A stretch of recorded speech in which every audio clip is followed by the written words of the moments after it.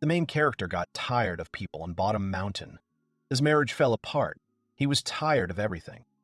He decided that he needed girls. He was going to become a recluse, so he bought one of the two mountains through relatives on his mother's side. Halfway up the mountain, there was a house that looked natural for living, so he settled there. But after 3 days, the hero felt lonely there, so he went to the village of Ray, where the festival was taking place. He found some colored chickens at a local fair. He thought they were rare, and so he took 3 at once. Now he won't feel lonely. As a bonus, he was given food, and the hero went home. 1 month later, the main character's name is Shohei Sano. He's 25 years old, single, and is not currently looking for a girlfriend or a marriage partner. The young man says that it would be great if such energy was shared with him. The warmer the weather, the stronger the grass grows. The primary task is to remove the weeds that grow so actively.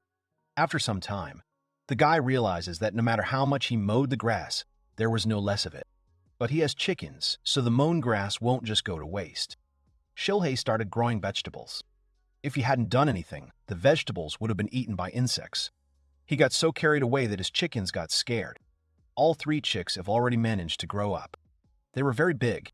The guy doesn't understand if chickens can be that big. It's only been a month since they hatched, and their height is over 50 centimeters. And Pochi already has a red comb. It seems that the fair is selling males that were not originally intended for sale. But Tama and Yuma look like females. One old man told him that if he needed help, he could help him, but the hero refused. They are his precious companions, and he hopes that they will walk side by side throughout their lives. Meeting Pochi. Pochi met a field snake. She hissed at him, but he didn't lose his composure and hissed back. Shohei's chickens don't understand many things. He said that the grass is fine now and can be left alone. Pochi repeated his words about not touching it yet, and then Tama and Yuma also started repeating this phrase. Yuno had never heard a rooster speak. He cursed, and Pochi repeated the word after him, and then the other 2 started saying the same thing. The guy mentally asked them not to repeat it. Suddenly, one of the roosters rushed forward. The young man did not understand what was happening, but it turned out that the animal had caught the viper again. Shohei took the creature and placed it in a bottle, and then he praised Tama, who happily wagged her tail. The hero thought about the fact that vipers usually don't eat chickens. Yuma also ran somewhere behind the house, and then came out with a viper in her beak. Shohei thought that there were too many vipers around his house. It was dangerous. Since Yuma also found one viper, he allowed them to eat it. They pounced with pleasure. The young man felt terrified that these chickens were betraying the vipers. This is how the hero's life has been going lately. There is a river here, so there are no problems with fresh water. 3 years ago, Mr. Shuya lived in the house where the hero now lives.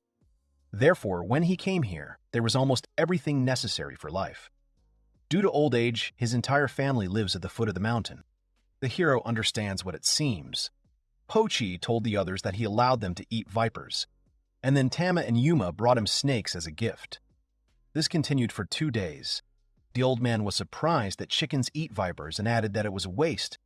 He suggested that there were so many vipers that people didn't bother them anymore.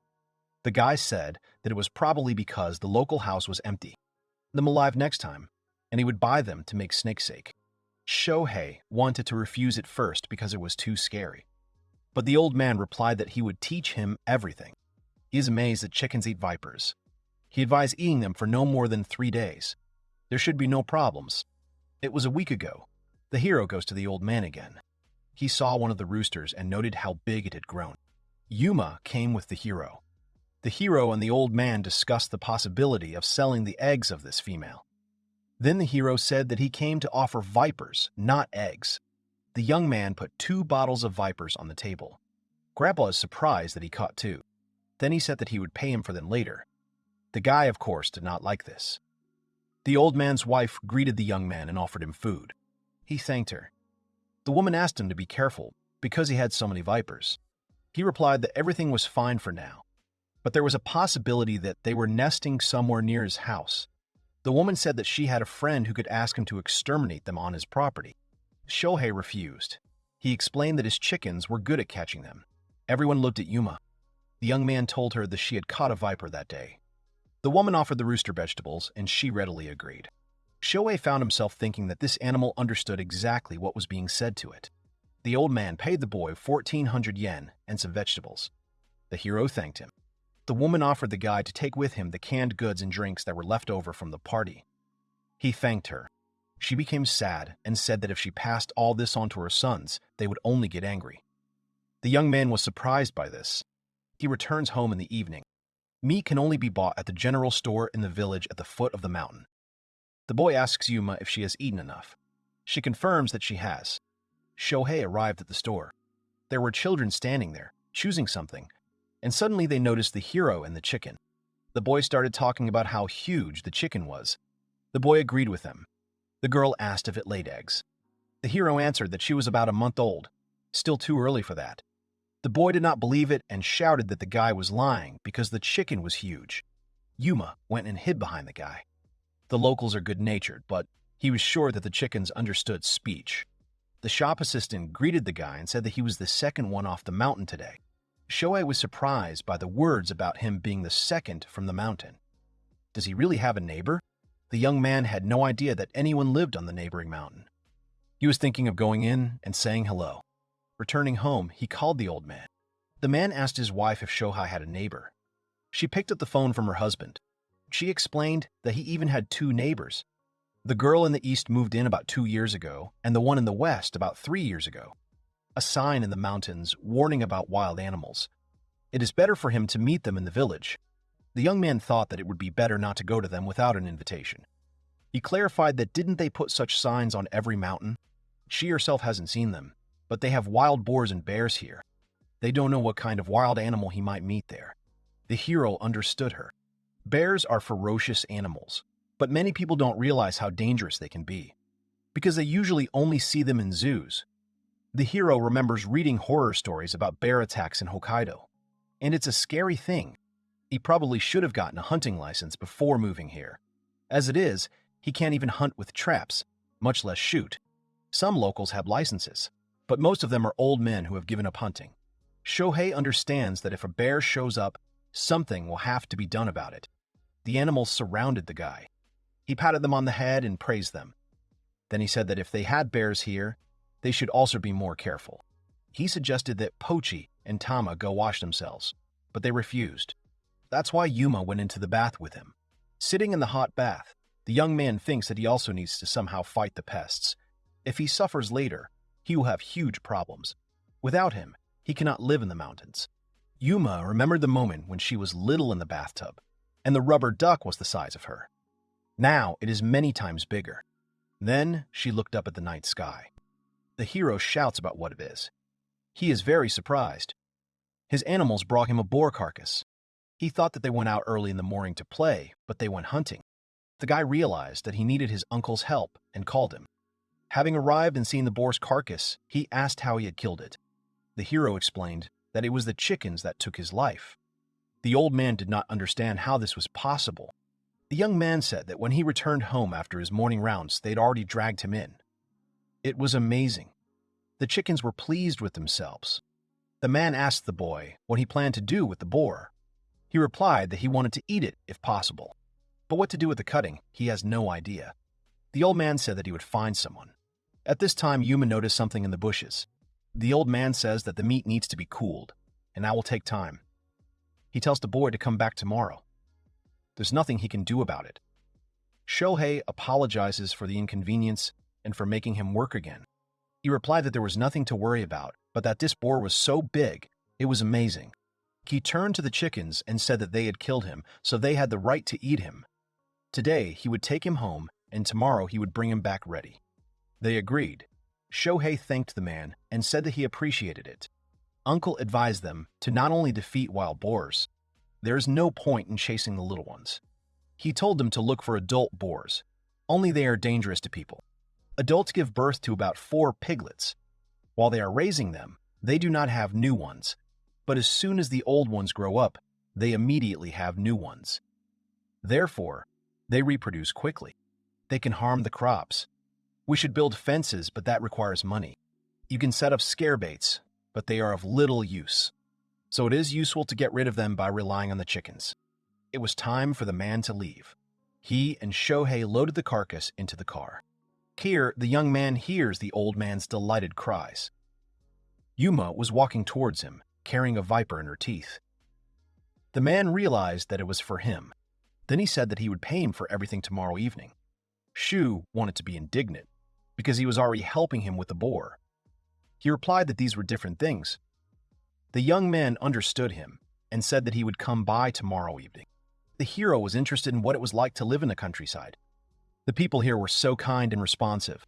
He petted and thanked Yuma. The hero thought about making boar nabe. The chicken supported this idea. The guy hopes that the neighbors will be there too. He wants to meet them. Someone woke the boy up, telling him to wake up. He reluctantly got up, opened the door, and was surprised. It was Tama. The chickens entered the guy's house and started walking around.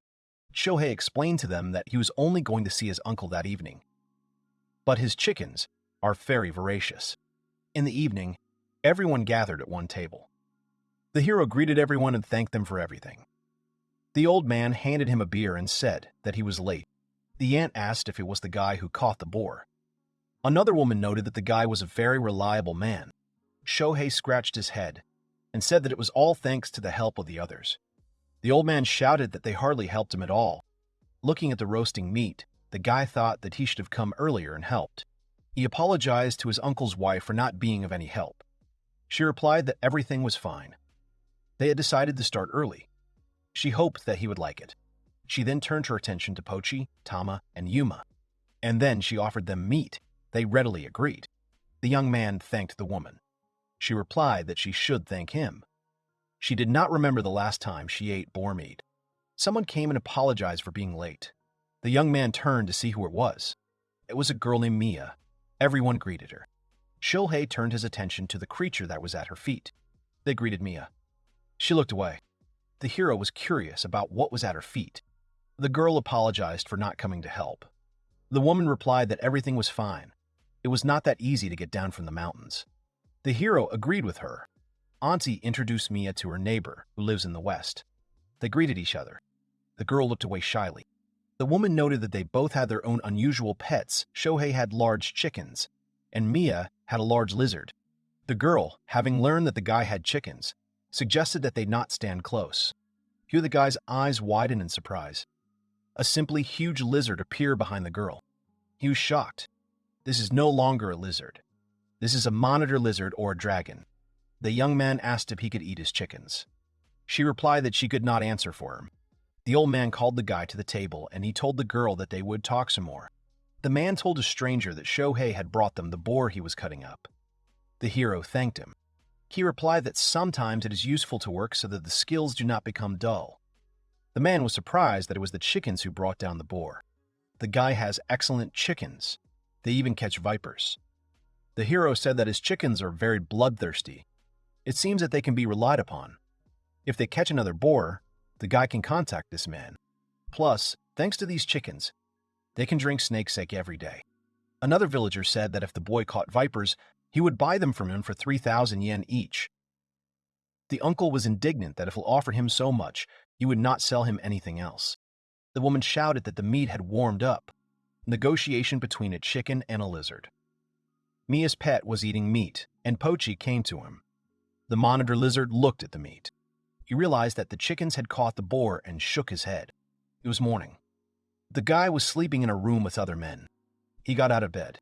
Yawning, he left the room and noticed the girls who were busy in the kitchen. Among them was Mia. He greeted them and asked them to drink some water. They nodded their heads at him. The uncle's wife asked if they had already met. The young man replied that he had only heard her addressed. The girl apologized and said that her name was Miyako Katsuragi and that she also lived in the mountains. The young man clarified that the girl lived in the east. She thought about it. He said that he had only moved here a month ago, so he didn't really know anything. He wouldn't mind if she had some advice for him. The hero was given water and he asked where his chickens were. The woman replied that she had given them vegetables and that they were in the garden now. The guy thanked her and said that he would go and see them. Mia decided to go and see them. Mia decided to go with him. They went out into the yard. The lizard was sleeping under a tree, and the chickens were pecking at vegetables. The hero called his chickens. Tama approached him. He squatted down and stroked his head. Here he noticed that the animals had grown again. This is because they were eating boar meat. But even so, They could grow so much in one day. Mia noticed this and asked the boy if it was normal that they had such a tail. The young man agreed with her. He also thought that it was clearly not a chicken tail, but rather a reptile tail. The girl said that birds are the descendants of dinosaurs. Then Shohei turned his attention to the girl's monitor lizard. She replied that his name was Tatsuki. He was very big for a lizard. She bought him at one of the stalls at the fair.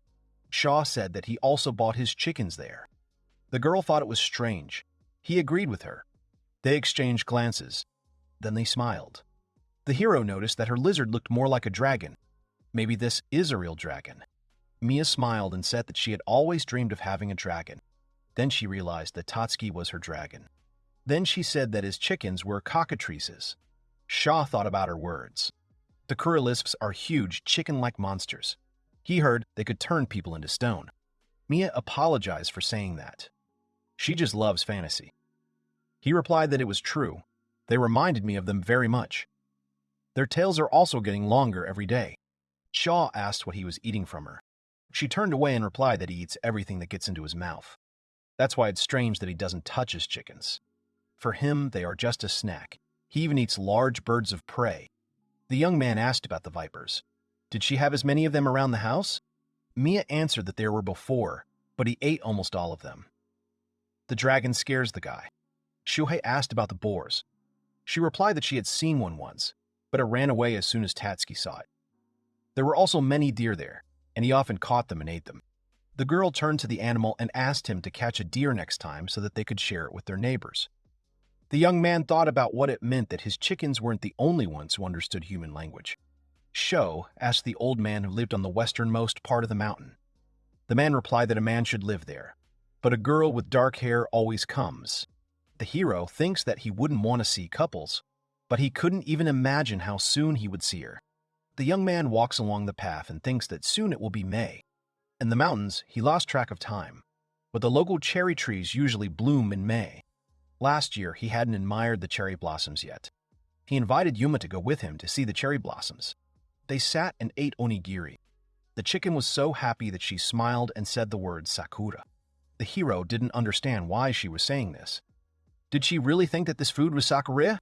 He pointed to the tree and said that Yuma should look at the cherry blossoms. This is cherry blossom admiration. She shook her head and stepped forward, spreading her wings. She shouted the word sakura.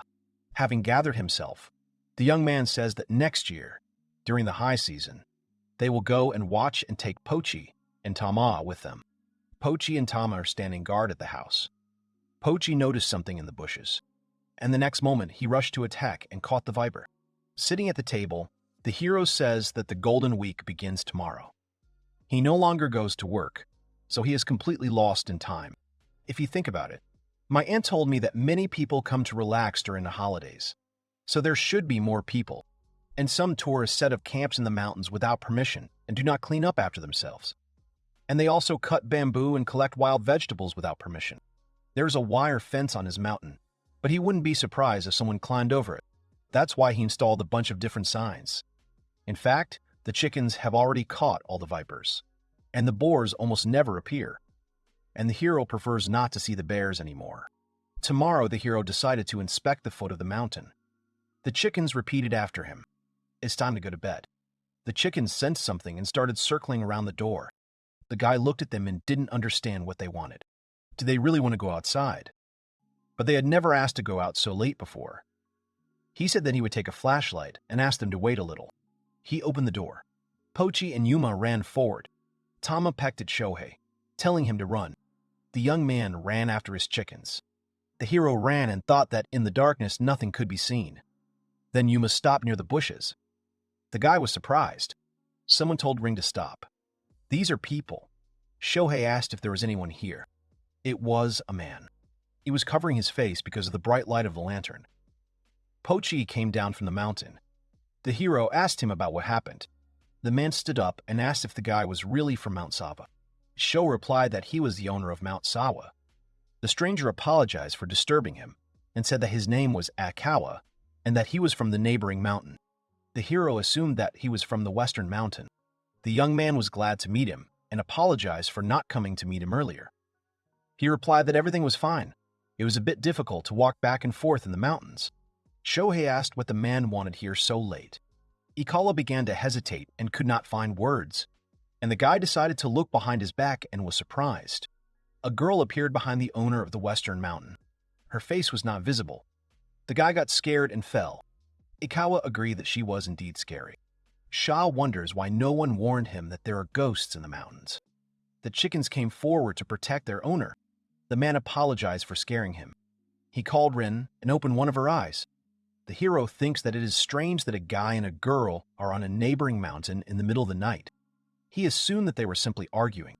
The main character decided to leave since nothing happened. Ikawa apologized again for scaring him and then asked if he would be here tomorrow. The boy confirmed. The owner of the western mountain said that he would visit the guy tomorrow in the afternoon and said goodbye. The couple went deeper into the forest. Shohei doesn't understand why he didn't return home on the way. Why through the forest? The hero wonders what it was all about. The chickens repeat the question after him. Returning home, Shaw lay down on his bed and said he was tired. The chickens repeated after him. He thinks that the chickens pecked him, the insects bit him, and he collected all the branches along the way. He needs to sleep, and tomorrow Ikawa will come. The young man noted his beauty. The main character cleans up after tourists who came to relax on vacation. He can't get the incident with his neighbor Aikawa out of his head, which happened last night. He turns to Yuma and asks if it's true that they can see well at night. She came up to him and lightly pecked his leg. The young man thought that females are not so noisy, and this sign means that they do see at night. He continued to collect trash. He was outraged by the volume of this trash. Yuma agreed with him. The hero thinks that it is fashionable not to be afraid that someone will sneak up on him at night, because he has chickens. Rin and Aikawa go to visit the main character. The guy got out of the car and apologized for being late. Rin continued to sit in the car, which Shohei noticed. He replied that she was very shy and asked the neighbor not to worry about it. The hero mentally disagreed with this statement because the girl always goes with a guy. Suddenly, one of the hens went crazy and screamed. The main character turned around to see what was happening. Pochi was angry and was throwing himself at the guy's guests. The young man did not understand what had suddenly come over him. Aikawa replied that this always happens. Then he noted that the hero had amazing birds. Shohei invited the man to come inside. Ikawa's car is heading towards Sho's house. Pochi is hunting for vipers at this time, but unfortunately there are none. Suddenly he noticed a car passing by. There he saw Rin and was displeased. The owner of the western mountain treated the protagonist to something. He did not want to accept it, because the gift was quite expensive. But Aikawa explained that the farmer who owed him money had finally paid off the debt, so he could take it without any problems. Shu thanked him. Aikawa became serious and apologized to the hero for last night. The hero responded that there was no need to apologize.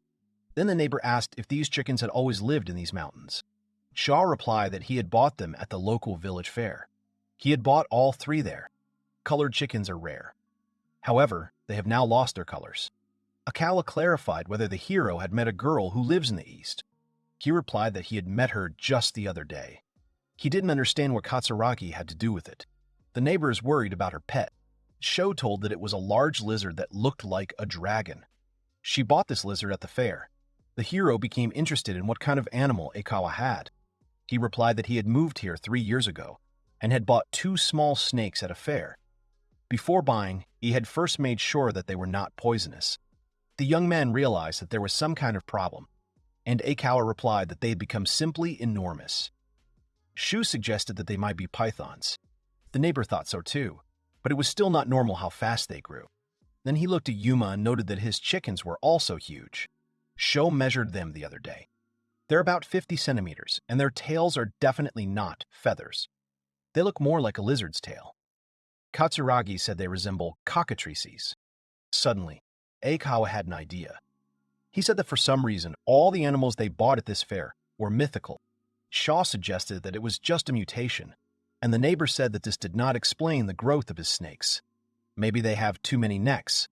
Aikawa asked if the hero remembered the girl who was always next to him.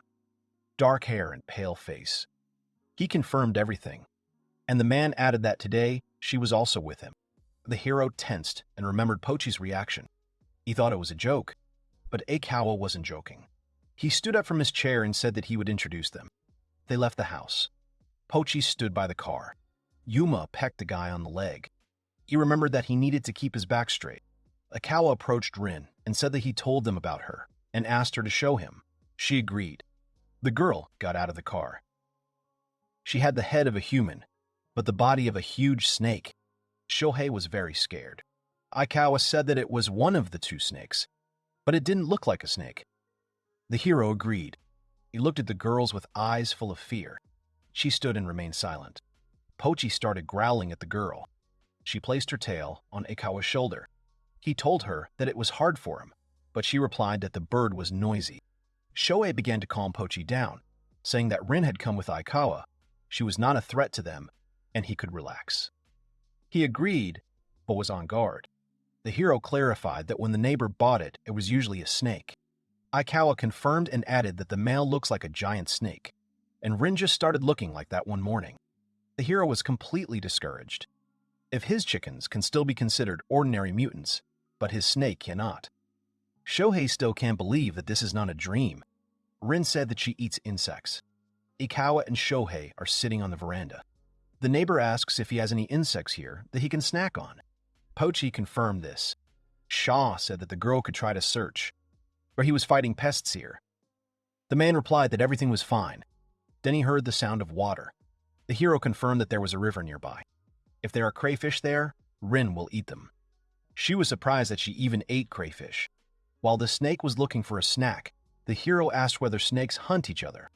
He replied that if it was a smaller snake, they could eat it without any problems. It was unlikely that there would be a snake that would be bigger than it. The hero thought that it would be scary if there were snakes of that size here. The boy told him that there were many vipers around his house. Aikawa suggested that Rin should deal with them, but the chief opener refused, because his chickens use them as food. The man smiled and agreed. He didn't want the guy to get bitten. Shaw thought that maybe he was a good person. He asked if there were boars or bears on the western mountain. He replied that he had not seen any bears. But Rin and Ten one day caught a boar and ate it. The hero's chickens also caught a boar recently. Aikawa heard about it in the village. He's sure they've all encountered it. Shaw asked if there were many wild boars here.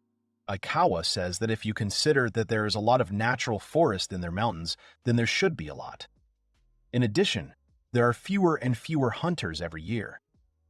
Then the man said that he has a hunting license. The hero asked the man if he had a hunting rifle. He replied that he did. It was at home and could help with hunting if needed. The hero said that Aikawa can be relied upon, and he himself thinks that it is very difficult to understand what kind of person Aikawa is at first glance, but he is definitely not bad. Suddenly, Yuma ran off somewhere, and the next moment she had a viper in her beak. The hero thanked Yuma and asked her to wait while he went to get a bottle. Then he put the viper in a bottle.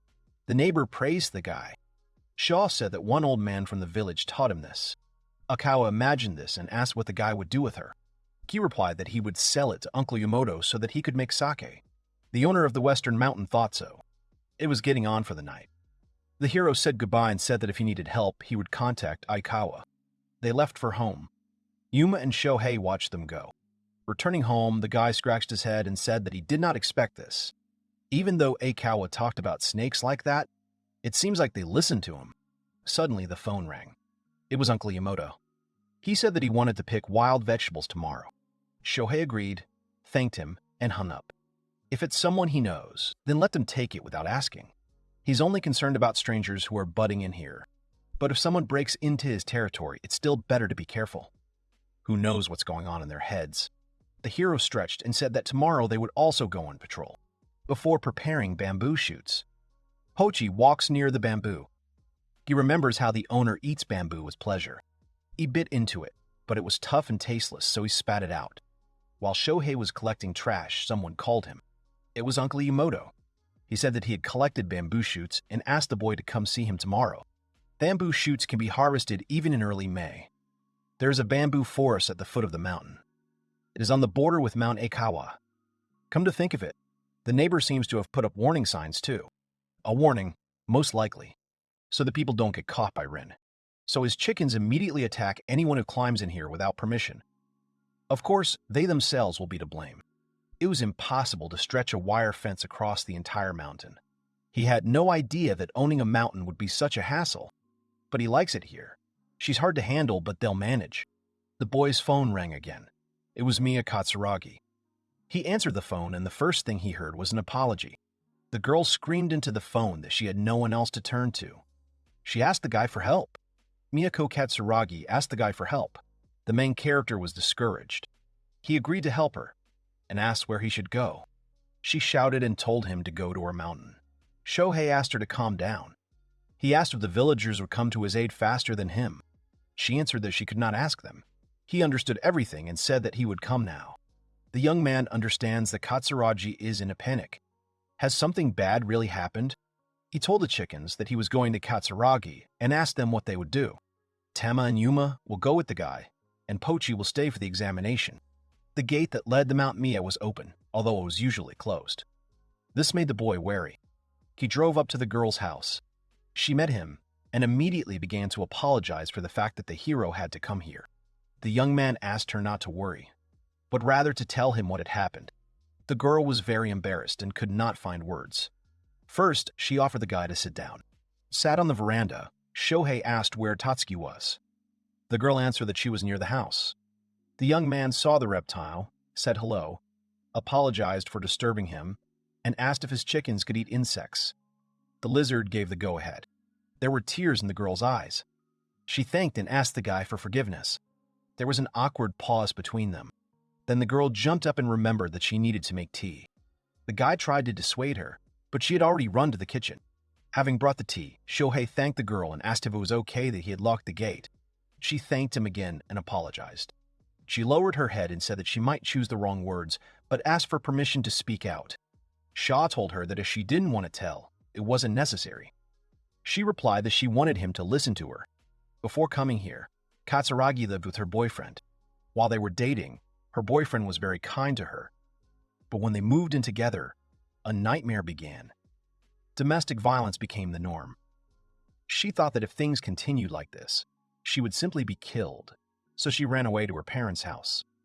But he found her and the police had to intervene. The boy's parents paid a huge amount of money to keep her quiet. 2 years ago, she decided to buy this mountain with this money to get away. Her ex wasn't supposed to know where she moved, but in the village she heard that some guy had come and asked about her. He sounded like her ex, so she panicked.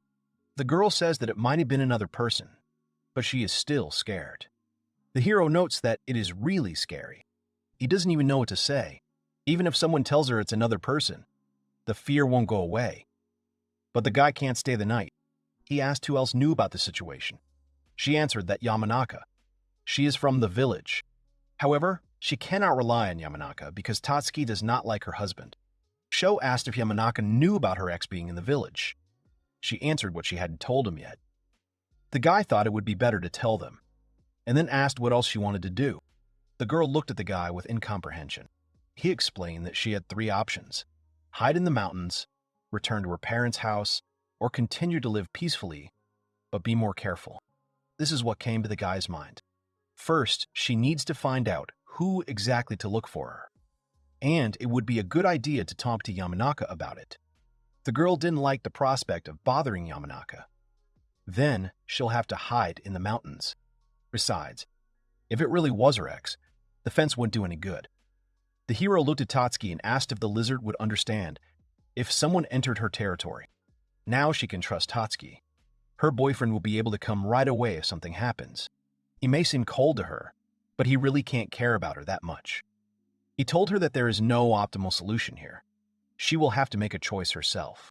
Silence fell between them again, and then the hero said that tomorrow he wanted to visit Yumoto and offered the girl to go with him to talk to Yamanaka. She agreed and asked him to contact them. After calling Yumoto, Shohei received permission to take Mia with him. He told the girl about this and said that he would contact her when he went. She thanked him. Then she told him that she had cooked rice with bamboo shoots and offered him to try it. He agreed.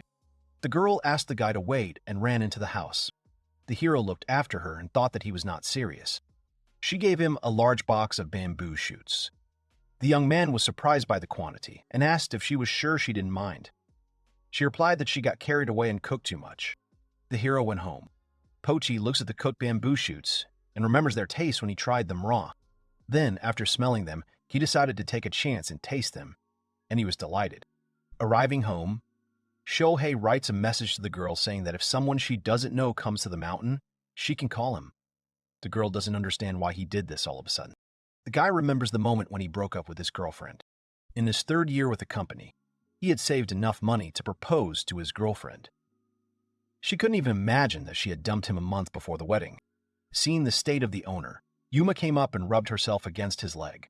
He stroked her head and thanked her. 3 months had passed since Shohei and his girlfriend broke up. He'd begun to forget about it when he moved to the mountains. But now the story had resurfaced in his head. He looks into it and asks how he can take care of others when he can't take care of himself. Yesterday, the hero had to bother his grandfather to talk to Yumoto. Yuma went with him, and Pochi and Tama ran towards the mountains. The boy assumed that they were going for a walk, but in any case, they would be able to feed themselves. The boy drove up to the store. Shohei asks the saleswoman if it is true that tourists often come here during the Golden Week.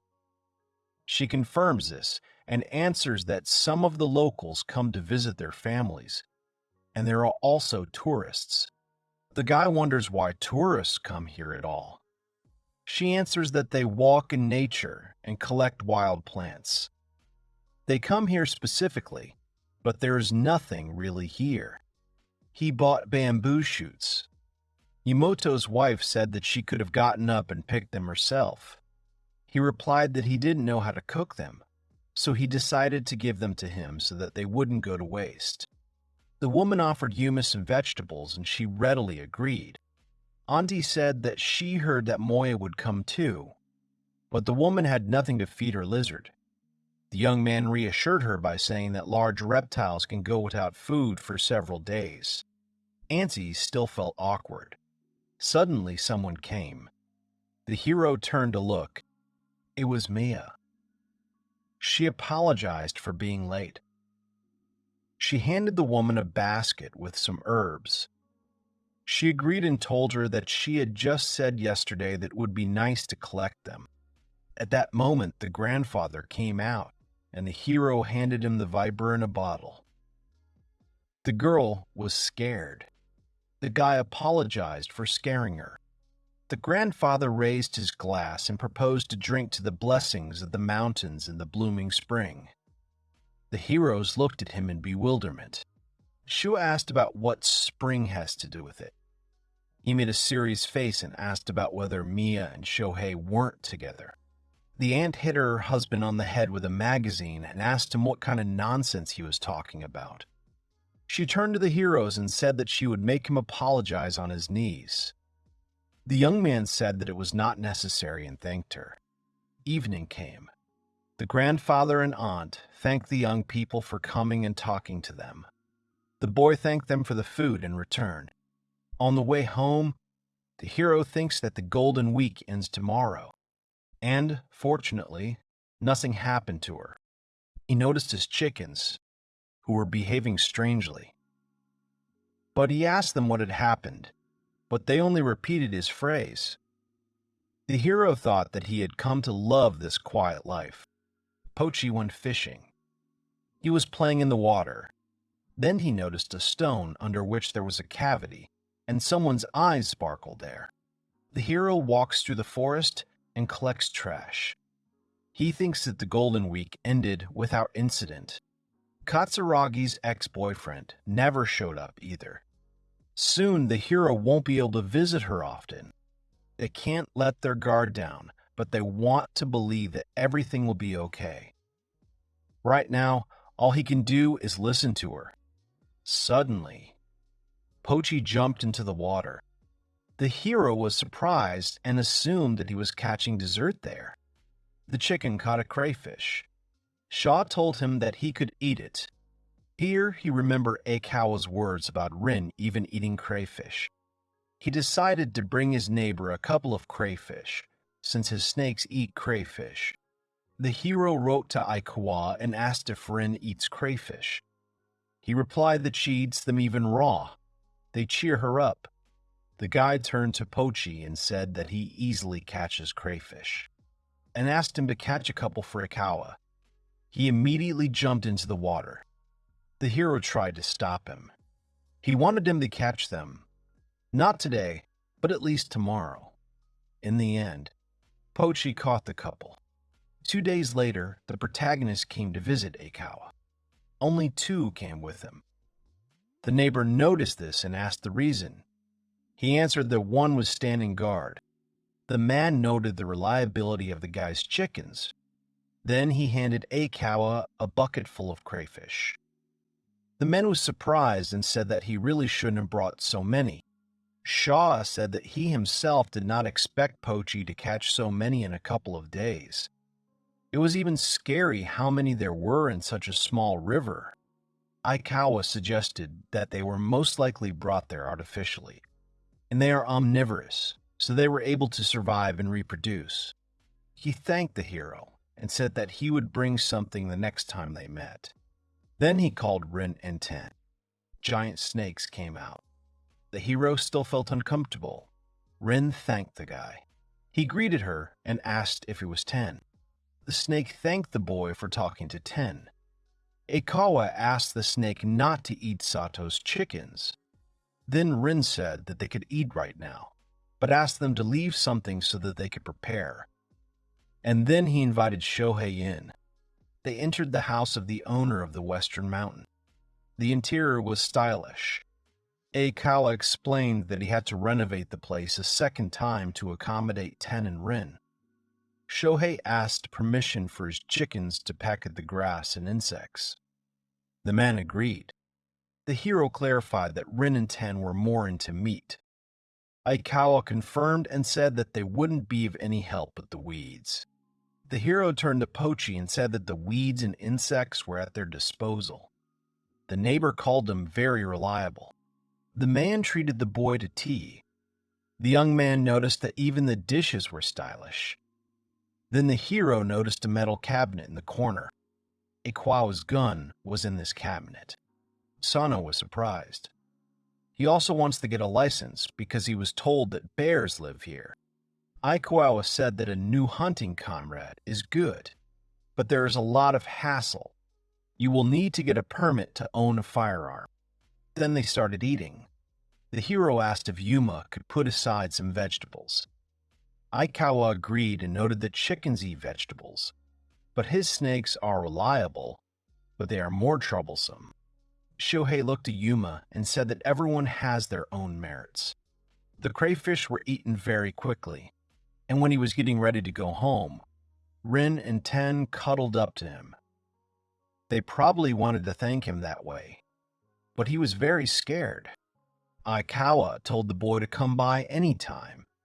The hero wanted to know more about Rin and Ten, but it was fun to chat about anything. After that, he and Ikawa began to visit each other often, and when the heat hit, the neighbor called them with a very worried voice. Ikawa and Shohei met. The neighbor was wrapped in Rin and apologized for suddenly calling like that. Usually the neighbor asked him to leave the gate open, but this time he said that he needed to close it. He asked about what happened. Ikawa scratched his head and said that he was even a little ashamed. He asked his comrade to listen to him. Shu agreed. Sano thanked Rin for sharing the insects. The heroes entered the house. The boy really liked the food Ikawa cooked. He explained that he got carried away and cooked too much. If the hero wants, he can take it with him. The boy thanked him. Ikawa exhaled and said that in their country there were frequent cases of girls being stalked. The young man confirmed it. But what if the guy is being stalked? What if the stalker is a girl? Shaw realized that this was the reason the man had moved to live in the city. It was hard for him to even imagine such a thing. Ikawa said that it was his colleague at work. She didn't ask him and thought that they were dating. And then she made a duplicate key and climbed into his house, rummaged through things. He decided to tell his boss about it. She was very angry then that the boss had to call the police. As a result, she was fired. The story has an unpleasant aftertaste. A court order prevents her from approaching him, but he is still afraid. He made money in stocks, thanks to the help of a friend, and decided to buy this mountain. The protagonist assumed that this girl had come here. He answered that no. He had seen her when he went shopping in a neighboring city. The man thought it might be another girl, so he decided to contact a lawyer, and she told him that she had moved to this prefecture only recently. Luckily, she hadn't been to the village yet. Ikawa thinks no, but he is scared anyway. Suddenly, he jumped up and said that he would help him with his work in the mountains all his life, but could the young man go shopping with him? Sano agreed. Shohei asked about Rin, who he always takes with him. He replied that she always stays in the passenger seat. The man felt pitiful. Sho completely understands the boy's fear, so he doesn't think of him as pathetic. The man smiled and said that in a little while he would fall in love with him. The hero tensed up, and Eikawa explained that he was joking. He felt a little better and thanked the guy. Now he'll have to gather information about women too. And now he has someone he can go shopping with. Besides, he said he'll help him on the mountain, so he doesn't mind. He remembered the situations of his neighbors and thought about how difficult relationships with people are. He hugged Pochi, Tama, and Yuma and said that he was very happy that he had them. Suddenly, after these words, Tama started pecking him. When the chickens came to visit Ren and Ten for the second time, they asked them about the crayfish. Yuma shook her head in denial. The snakes became sad. The hero measures his chickens and their size has reached 1 meter. He does not understand how this happened. The chickens immediately repeated after him how it could be so. Yesterday they were about 70 centimeters.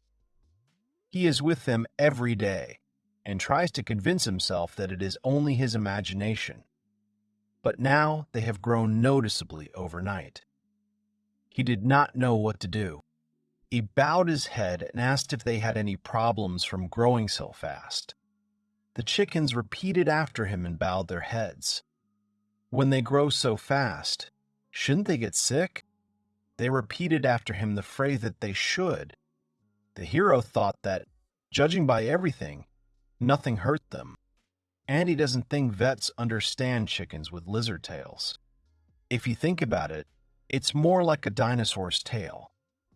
Birds are descendants of dinosaurs. The evidence is feathered dinosaurs. He wouldn't say that the tail is like a lizard's after all. He opened Yuma's beak, which had many sharp teeth. He thought that they were too scary for chickens.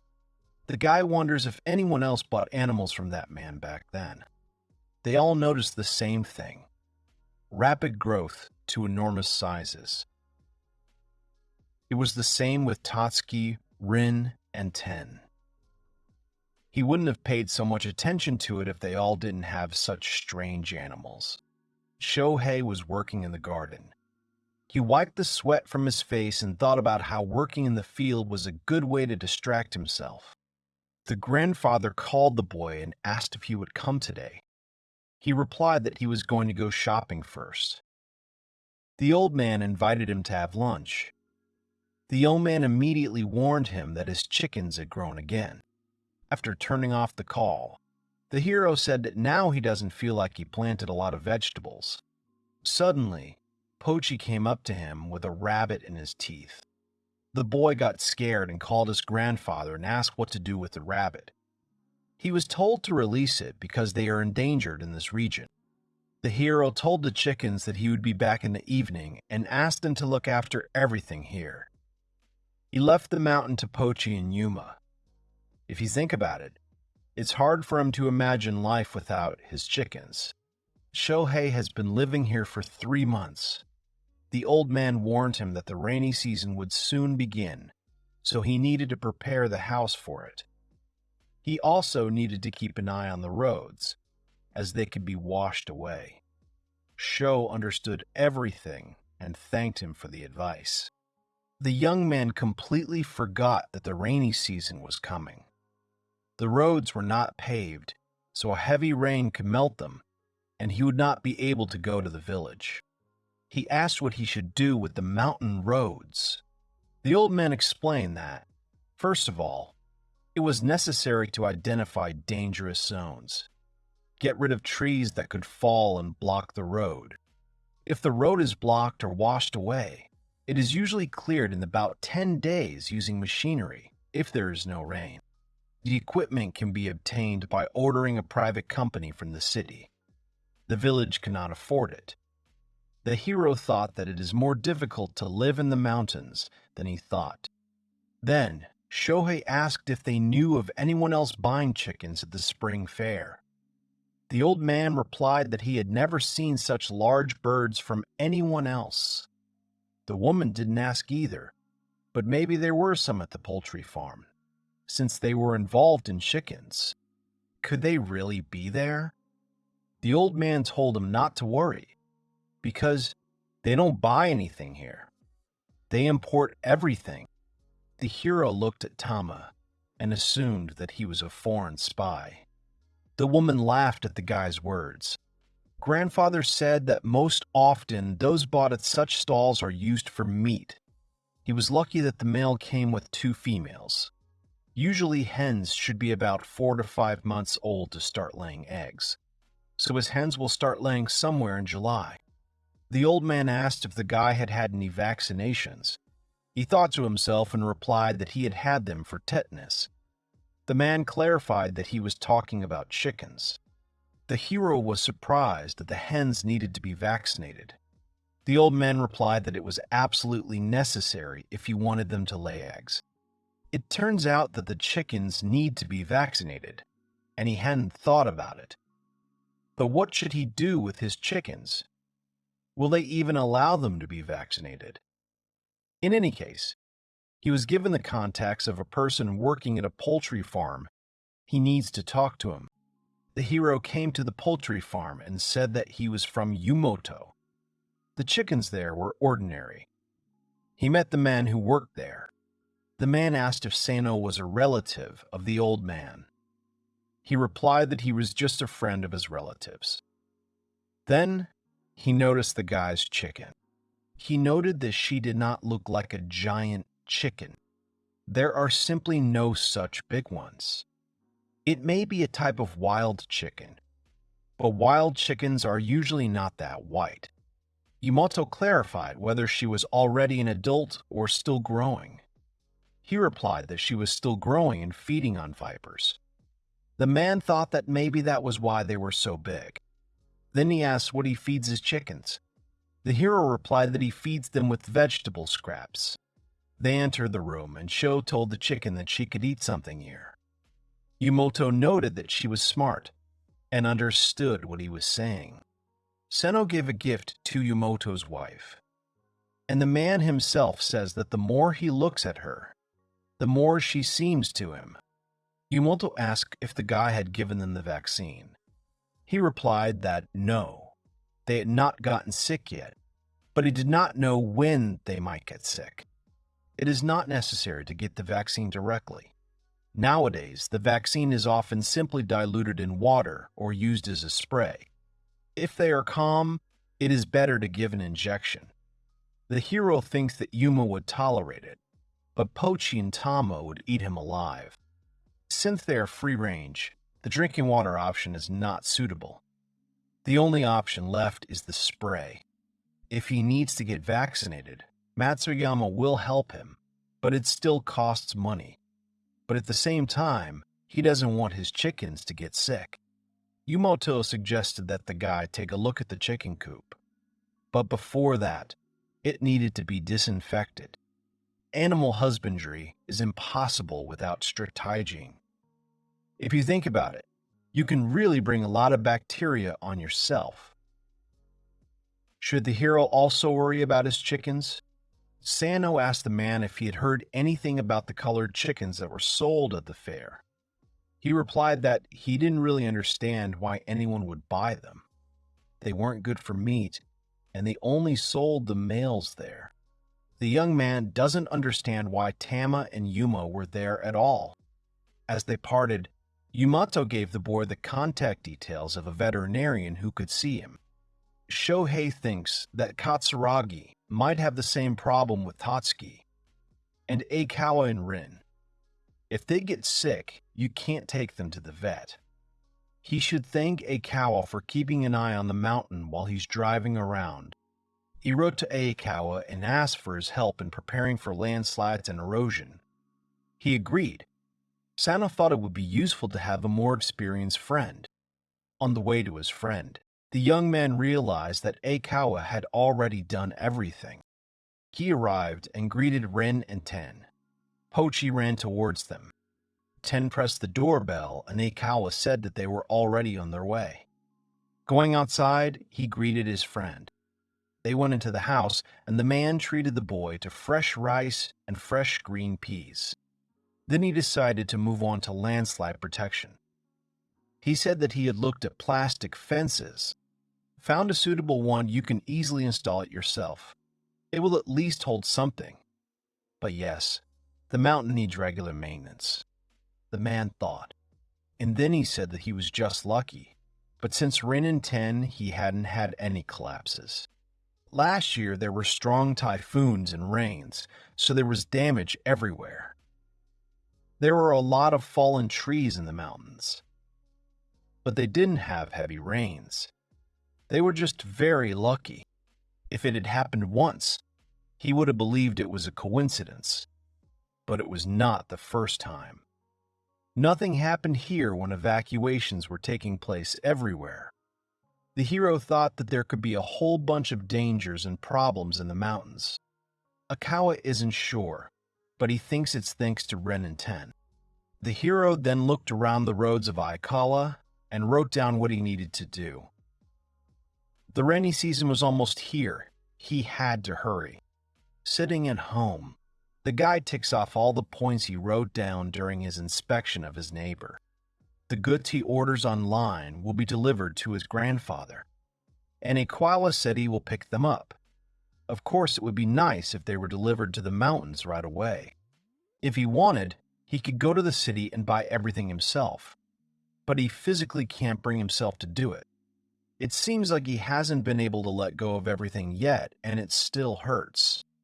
They look so great together. Everyone in the circle knew about the upcoming wedding, and even from the outside it was clear. Everyone knew that they were going to have a wedding. But when they separated, he couldn't stand the looks from people around him. He loved her, had already built an image of a happy family in his head. What's wrong with my fiancé deciding to study abroad right before the wedding? While his world was limited, she flew away and decided to put an end to the marriage. The wedding was already planned, so he received money as compensation. But then, why did she support his dreams and hopes in the first place? They worked for a small company, so he couldn't continue working there. He was able to buy a mountain with the money. He said that it was all sad. The chickens repeated after him. He thanked them in his mind for their understanding. Then he hugged Yuma and thanked his chickens. At night, lying in bed, the hero thinks that the animals have grown a lot. He is glad that he met his chickens. Katsuragi and Aikawa also have emotional wounds, and their pets saved them. But his scar is his alone. He is not going to share it with anyone. One day, all their wounds will heal, he is sure. And their hearts will beat as usual. Shohei receives a message. Mia asks how he is doing, because the rainy season is about to start. The hero recently visited Yamanaka to find out how things were going. Unfortunately, there is no new information and no one has seen the former Katsuragi.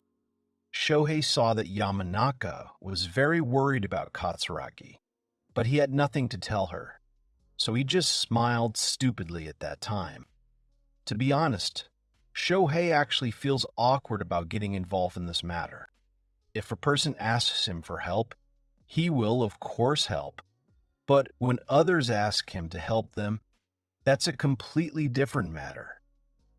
But considering that her ex is dangerous for her, it's better to be prepared.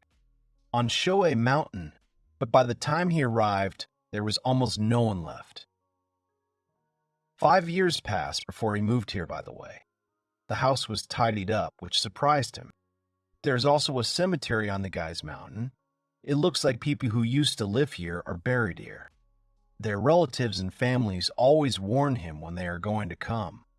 But the hero still looks after the graves. Who knows when the relatives of the deceased will be able to come at all, so it is better to be on the safe side. The chickens are also looking around the cemetery. Shohei notices that they are especially energetic today, their energy sometimes tiring him. Then one of the chickens turns around and scares the boy.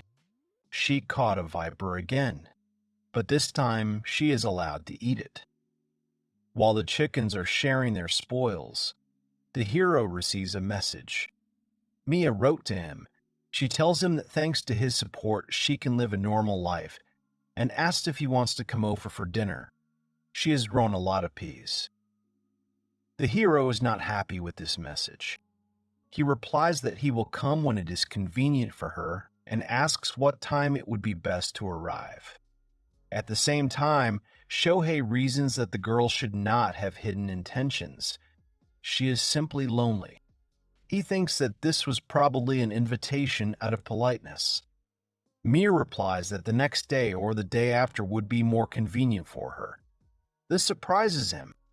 The guy calls the hens by name, attracting their attention and upset, says that he doesn't understand girls at all. He still doesn't understand when he should come. Yuma runs to calm him down.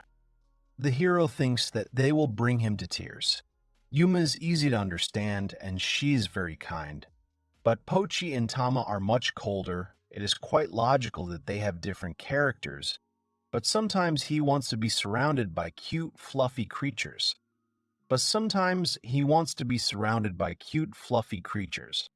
Yuma supports the hero. She gives him garden flowers.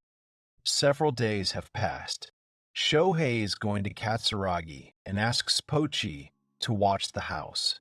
He militantly agrees. At this time, the hero receives a message. He realizes that it is Aikawa.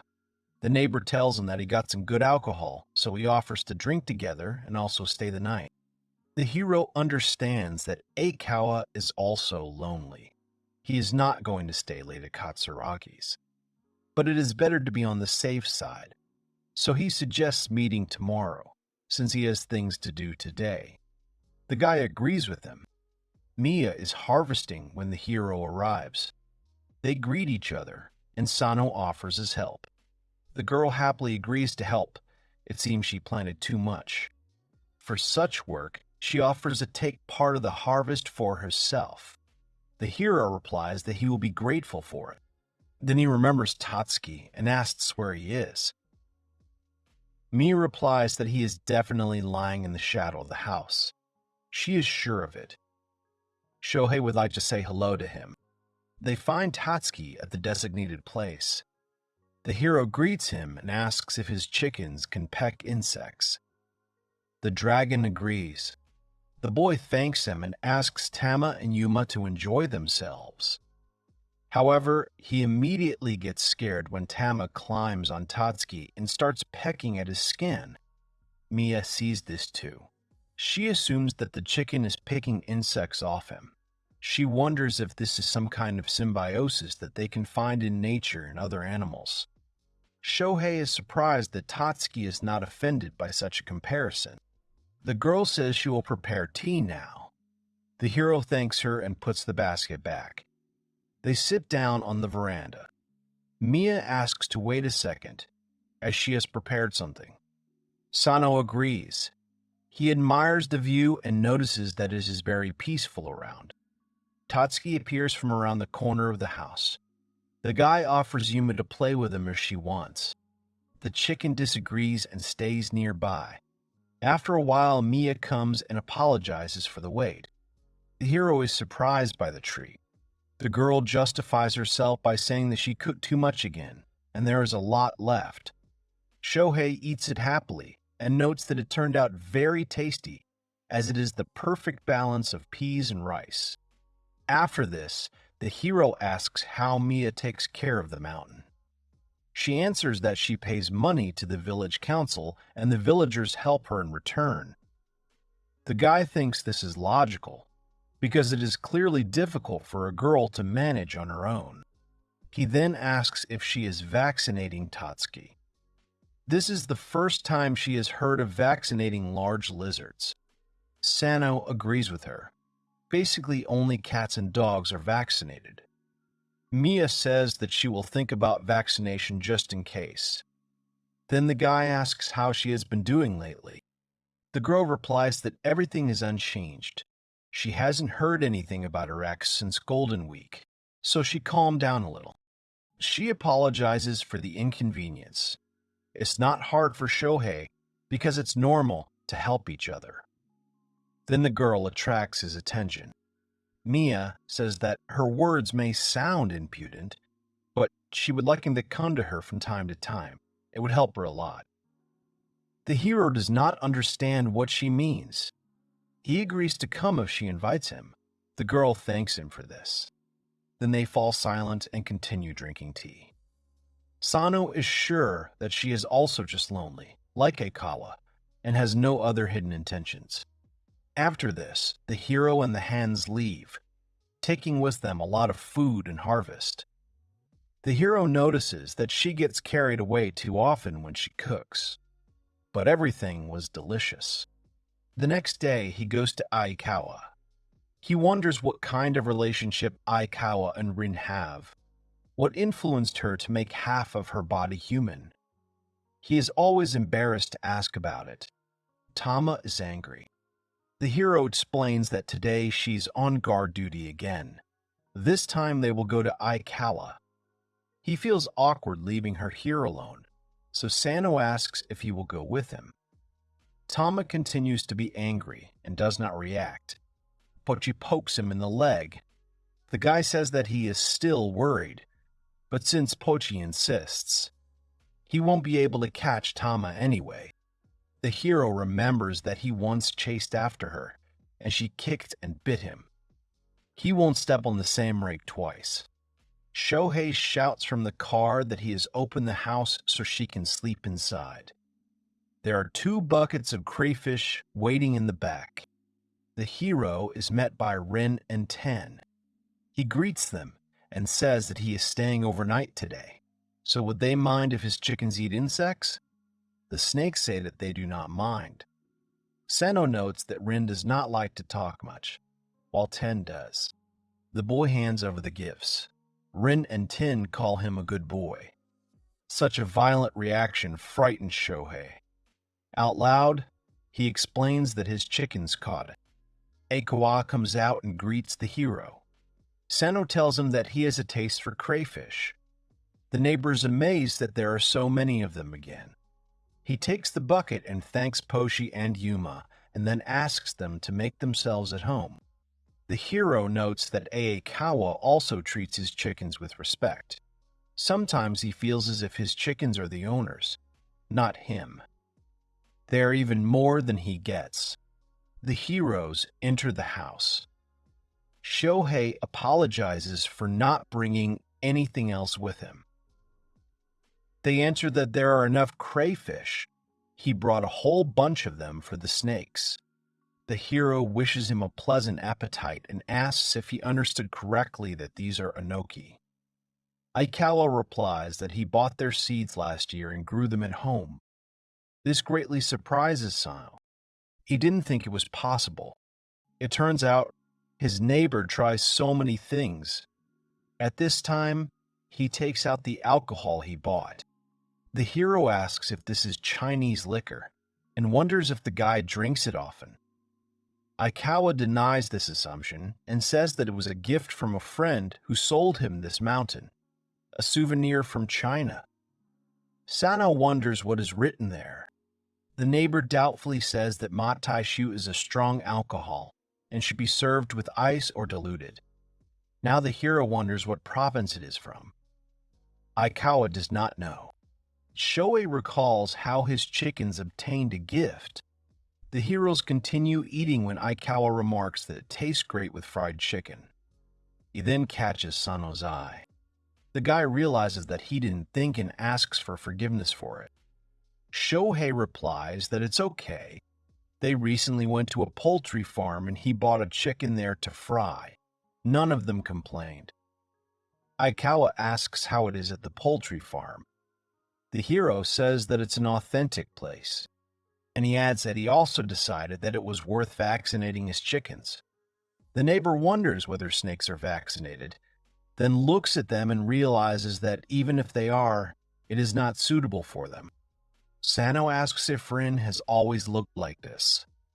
Aikawa replies that she took on this appearance about a year ago and hasn't changed since. The hero then asks if it happened suddenly, or if there was some kind of trigger. He imagines what would happen if Yuma turned into a beautiful girl, but immediately rejects the thought. Aikawa also wondered what could have been the trigger. He says that after about a year of having them, they grew to 2 meters in length. 10 always stayed at home, and Rin often went to the city with him. One day, a situation happened. When Aikawa was visiting the city, girls often pestered him because he was handsome. The guy still had not gotten rid of his fear, so he quickly ran away, but the girls still approached him, and when they saw Rin, they ran away screaming. This scared the guy even more. Aikawa then felt relieved and hugged Rin on the way home until the shaking in his arms subsided.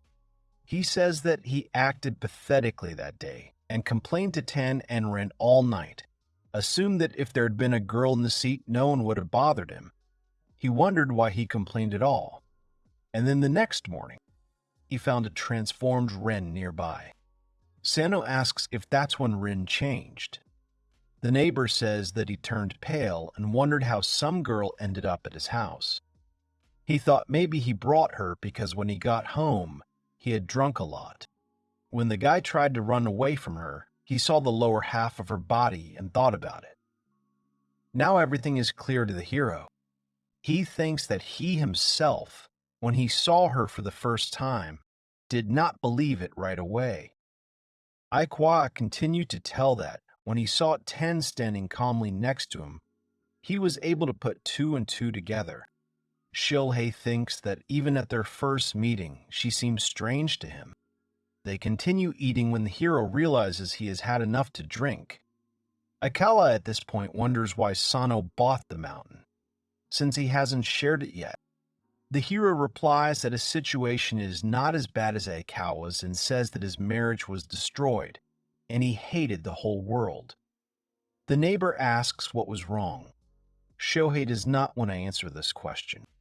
He says that they were engaged and had even set a wedding date, and then she suddenly said that she wanted to study abroad. Then the hero asked if she would come back. Maybe they should postpone the wedding date. She said that she would stay there for a few months, and then the hero starts crying. The crying only gets louder. Aikawa asks for forgiveness. Sanyo may not tell. The hero continues to say through tears that she did not return, said that she wanted to enter a prestigious university, and asked him to pretend that they never knew each other. Shohei himself does not understand what kind of tears these are, whether he's sad, lonely, or just angry. He says that his problem is not as big as stalking or domestic violence. But then why was all this necessary? Why was it necessary to say that they would get married and that she loved him, since she was going to leave anyway? Sano feels pathetic. There was nothing he could do. She was his whole world. But she didn't want him in her world. Aikawa places a glass of water in front of the surprised hero and says that it is delicious water. Sano wipes his tears and drinks it. He remembers that if you cry a lot, you will get dehydrated. The hero bows his head and says that he is truly sorry. This reaction surprises Aikawa. He doesn't know what to say, and then asks to raise his head. He also drank a lot then. He also asks Pochi to move away. Sano tries to find some more words and does not get up. The neighbor says that they are friends and help each other, so there is nothing wrong with him telling him everything, especially when the hero also knows everything about him. The guy looks back at Rin while saying these words. Pochi puts his paw on Shohei's head. He picks it up and again asks to forgive him. He is so pathetic. Ikawa says that he has nothing to apologize for. He didn't do anything. Everything is fine. Sano thanks him for such words. The neighbor continues. He will definitely fall in love with Shohei now. The hero gets scared and asks him not to do that. Eikawa laughs and says that he was joking. He just wanted to cheer him up. Sano thanks him again, and then he yells at Pochi to get off him. Yuma and Pochi start arguing. The hero thinks that even Yuma thinks it's wrong to step on his head. Then, he gets a call. The guy realizes it's Matsuyama and answers the phone. He asks again if he understood correctly that the vet will come the day after tomorrow, and says that you will stop by, then thanks him and apologizes for disturbing him. He looks at Yuma and wonders if reptiles are vaccinated. Tatsuki has thick skin and a huge size, almost 2 meters. Then he thinks about how to vaccinate a giant snake with a girl's body.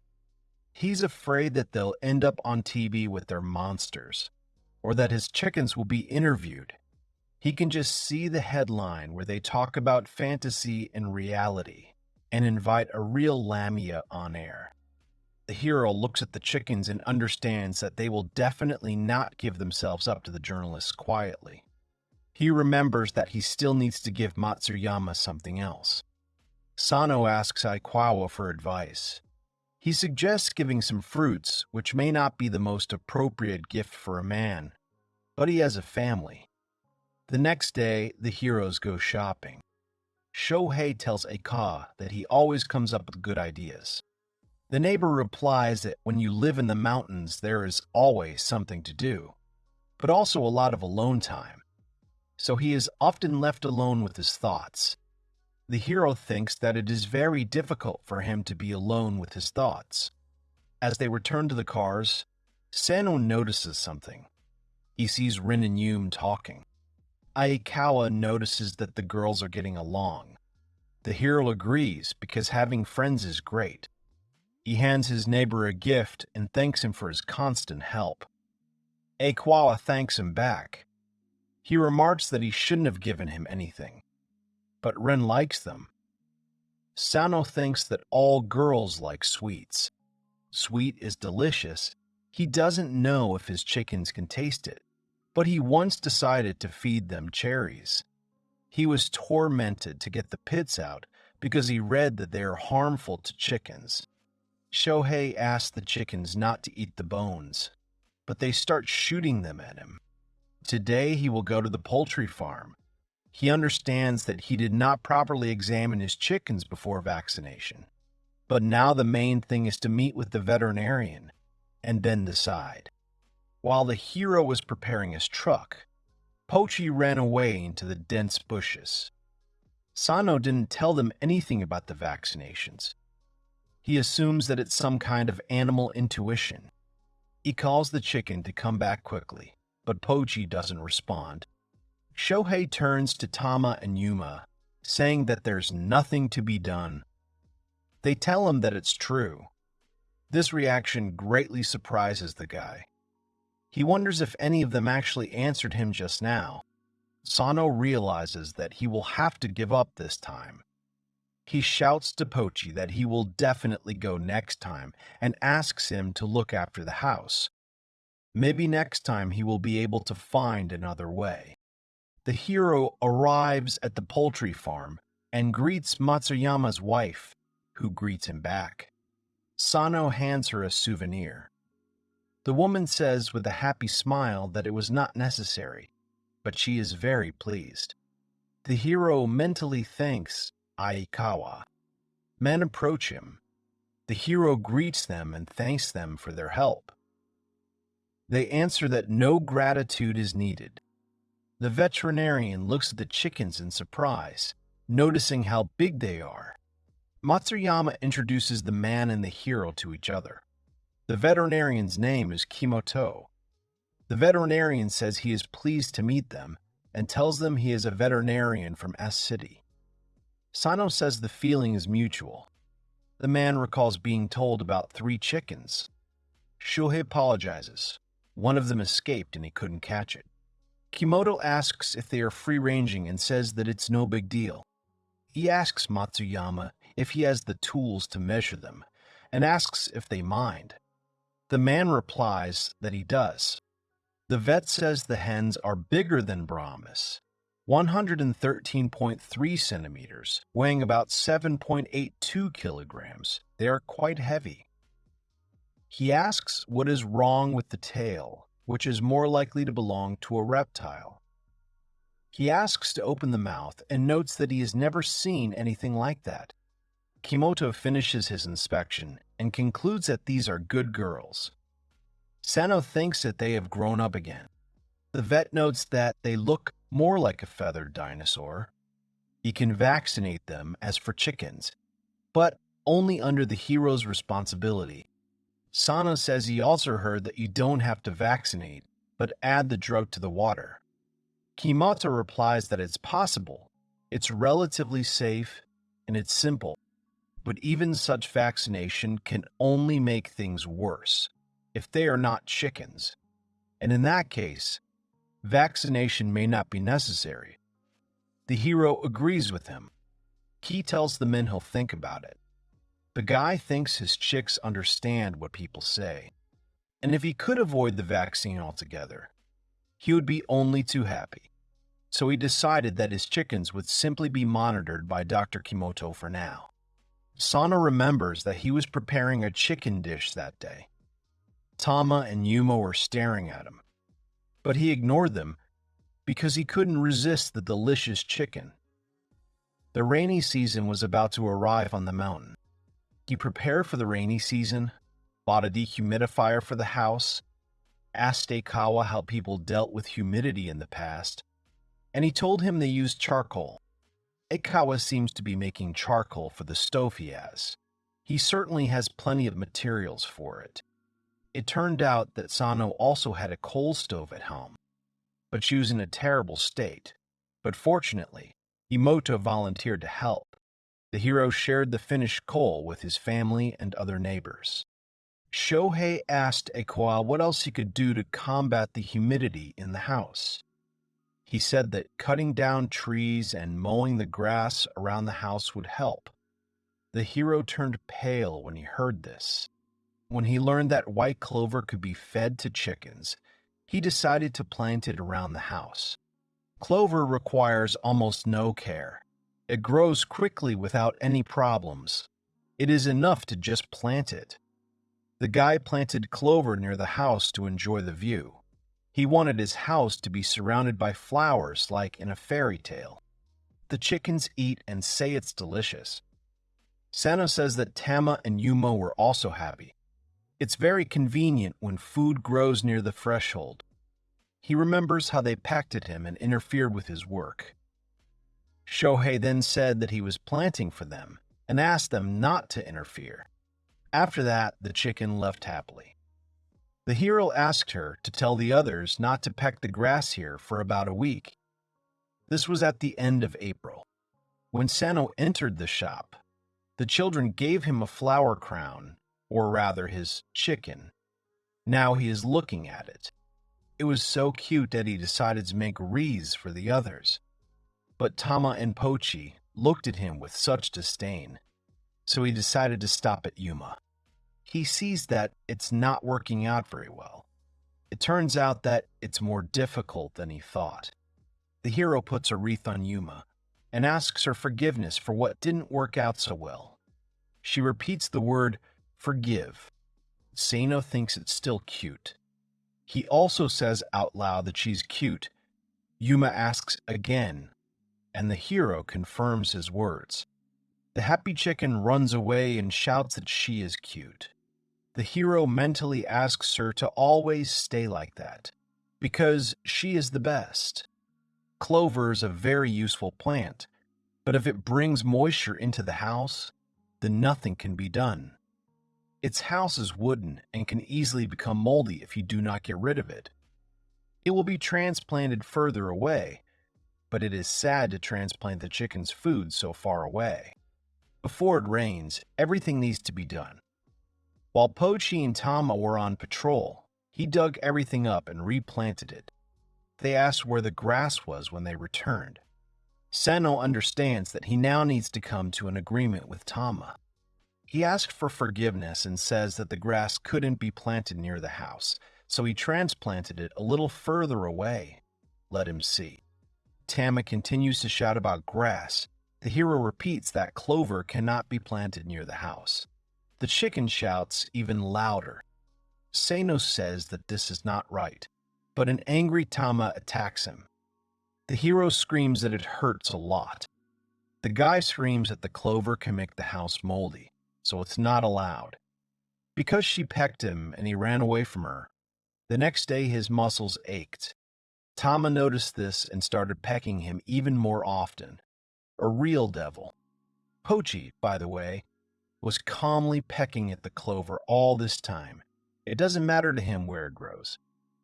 That's how, before the first rain, the hero was able to get rid of all the grass.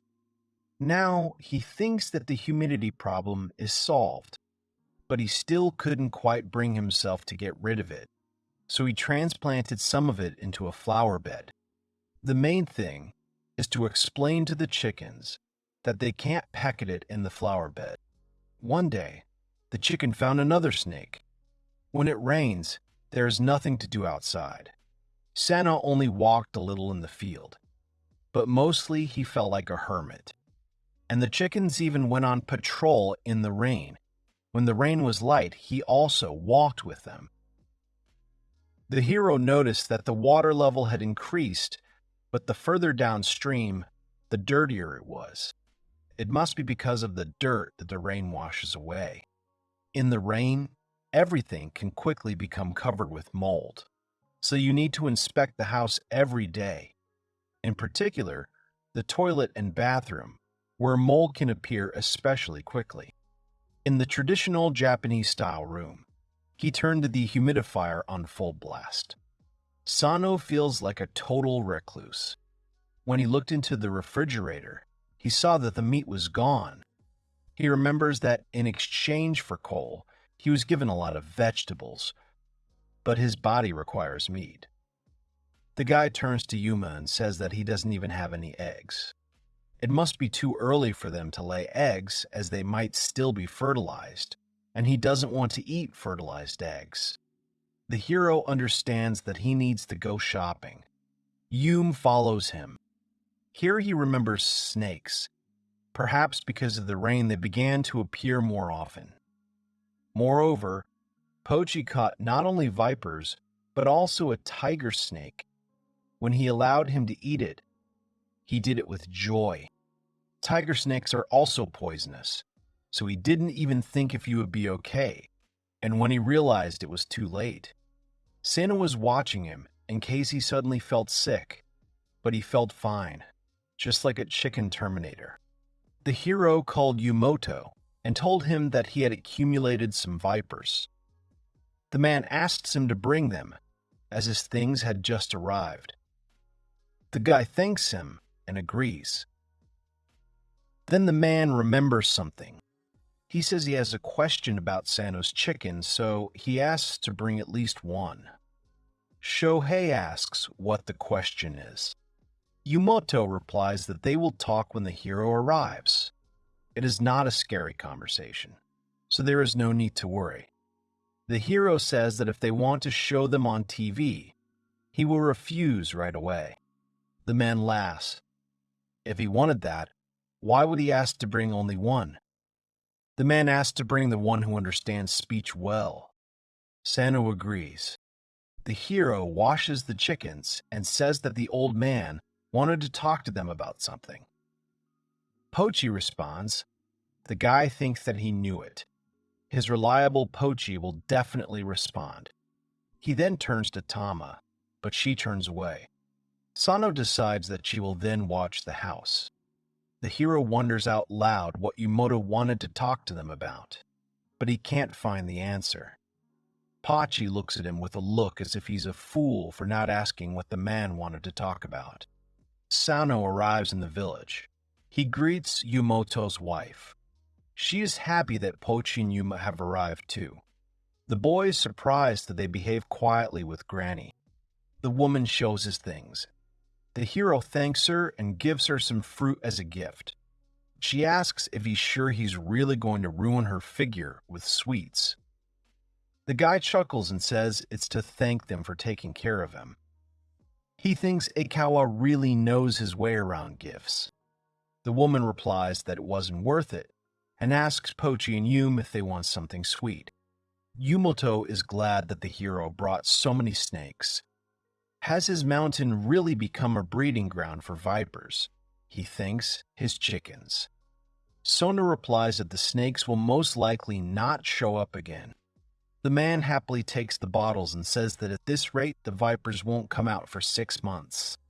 The hero assumes that Yumoto probably already has a lot of snakesake. He is already afraid of what will happen in a year.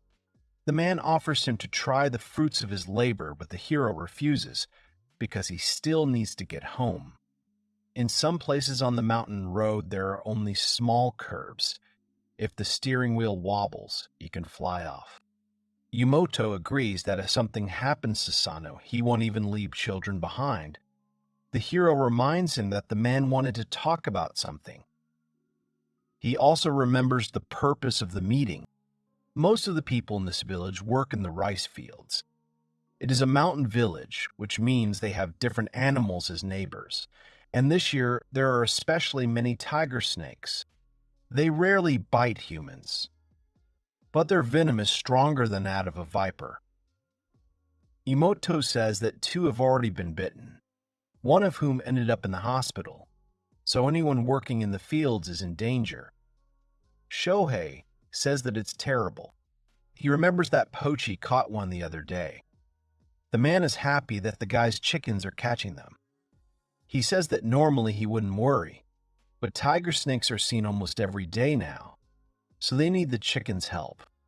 The more snakes, the less frogs, and if there are fewer frogs, there will be a problem.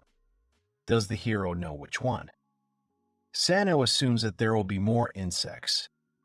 This is the correct answer. The balance of the ecosystem will be disturbed in this case. Shohei realizes that this was the reason for the meeting. Yumoto turns to Pochi and Yuma, asking if they can find red snakes with black spots. These are tiger snakes, and the village has a problem with them.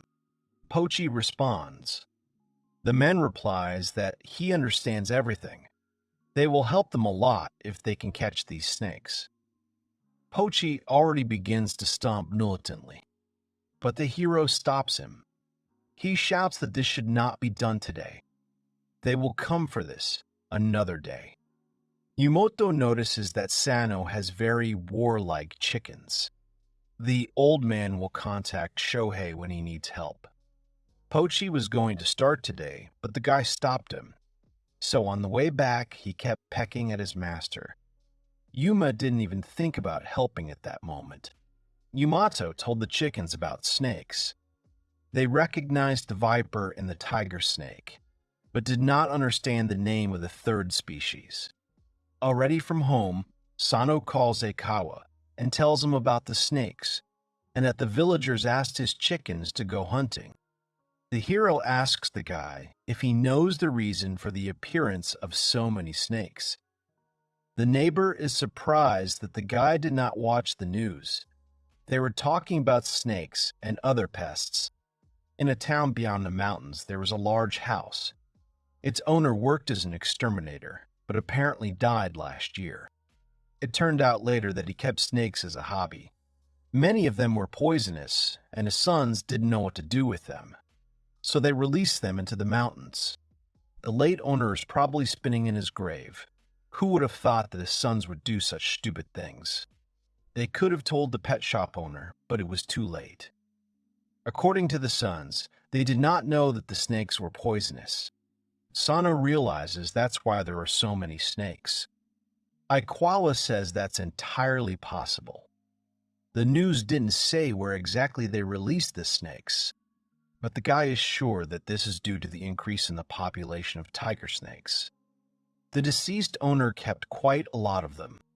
Now the hero understands exactly why there are so many snakes in this area. He asks if the villagers know about it. Aikawa doubts it, since the incident did not attract much attention. It was mentioned in the news only once. Only by chance could it be seen or not paid attention to. All because of this. Who would have thought? SO Set says that, in fact, Rin just caught a habu. The hero shouts if he heard correctly. Sano remembers that it is a poisonous snake that only lives in Okinawa. It definitely shouldn't be here. He says with horror that Aikawa is definitely not mistaken. Ikawa says that now, fortunately, Rin and Ten are catching them, so he doesn't think the habu will go to the village. The hero thanks him and promises to tell Yumoto. First, the boy asks the old man if he saw the news, to which he replies that he saw nothing. The man says that if there are only tiger snakes, then fine, but habu is very dangerous. When there is a chance, he asks to bring chickens.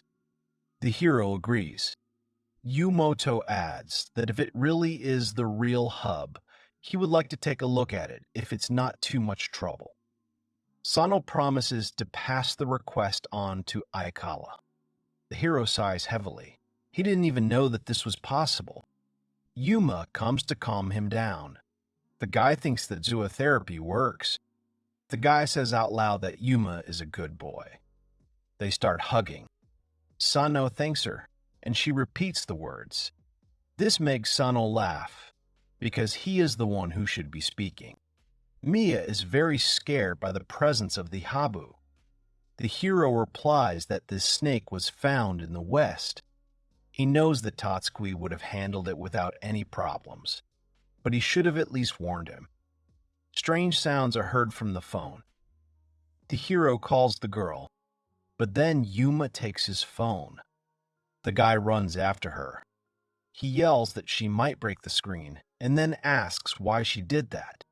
Sano checks the screen and says that you can't carry a smartphone like that. The chicken doesn't listen and asks for a hug. The hero says that he is still angry, but this attitude softens him and he quietly asks her not to do it again. Shohei pets Yuma and tells her that he will call Katsuragi again, so she shouldn't interfere. He apologizes for the interruption of the connection. Mia asks him to forgive her for causing such a panic. She says that he was screaming so much that she couldn't even understand the words.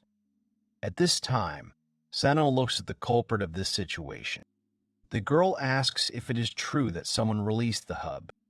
The guy tries to calm her down, that they might not be on her mountain, but let her keep in mind that they were seen in the West. Mia, with a trembling voice, says that she hopes so. The hero asks if Tatsuki will understand what a snake looks like if she describes it. He tells her that Yumoto will take the habu to his home tomorrow, and asks if she can come and take a look. The girl agrees.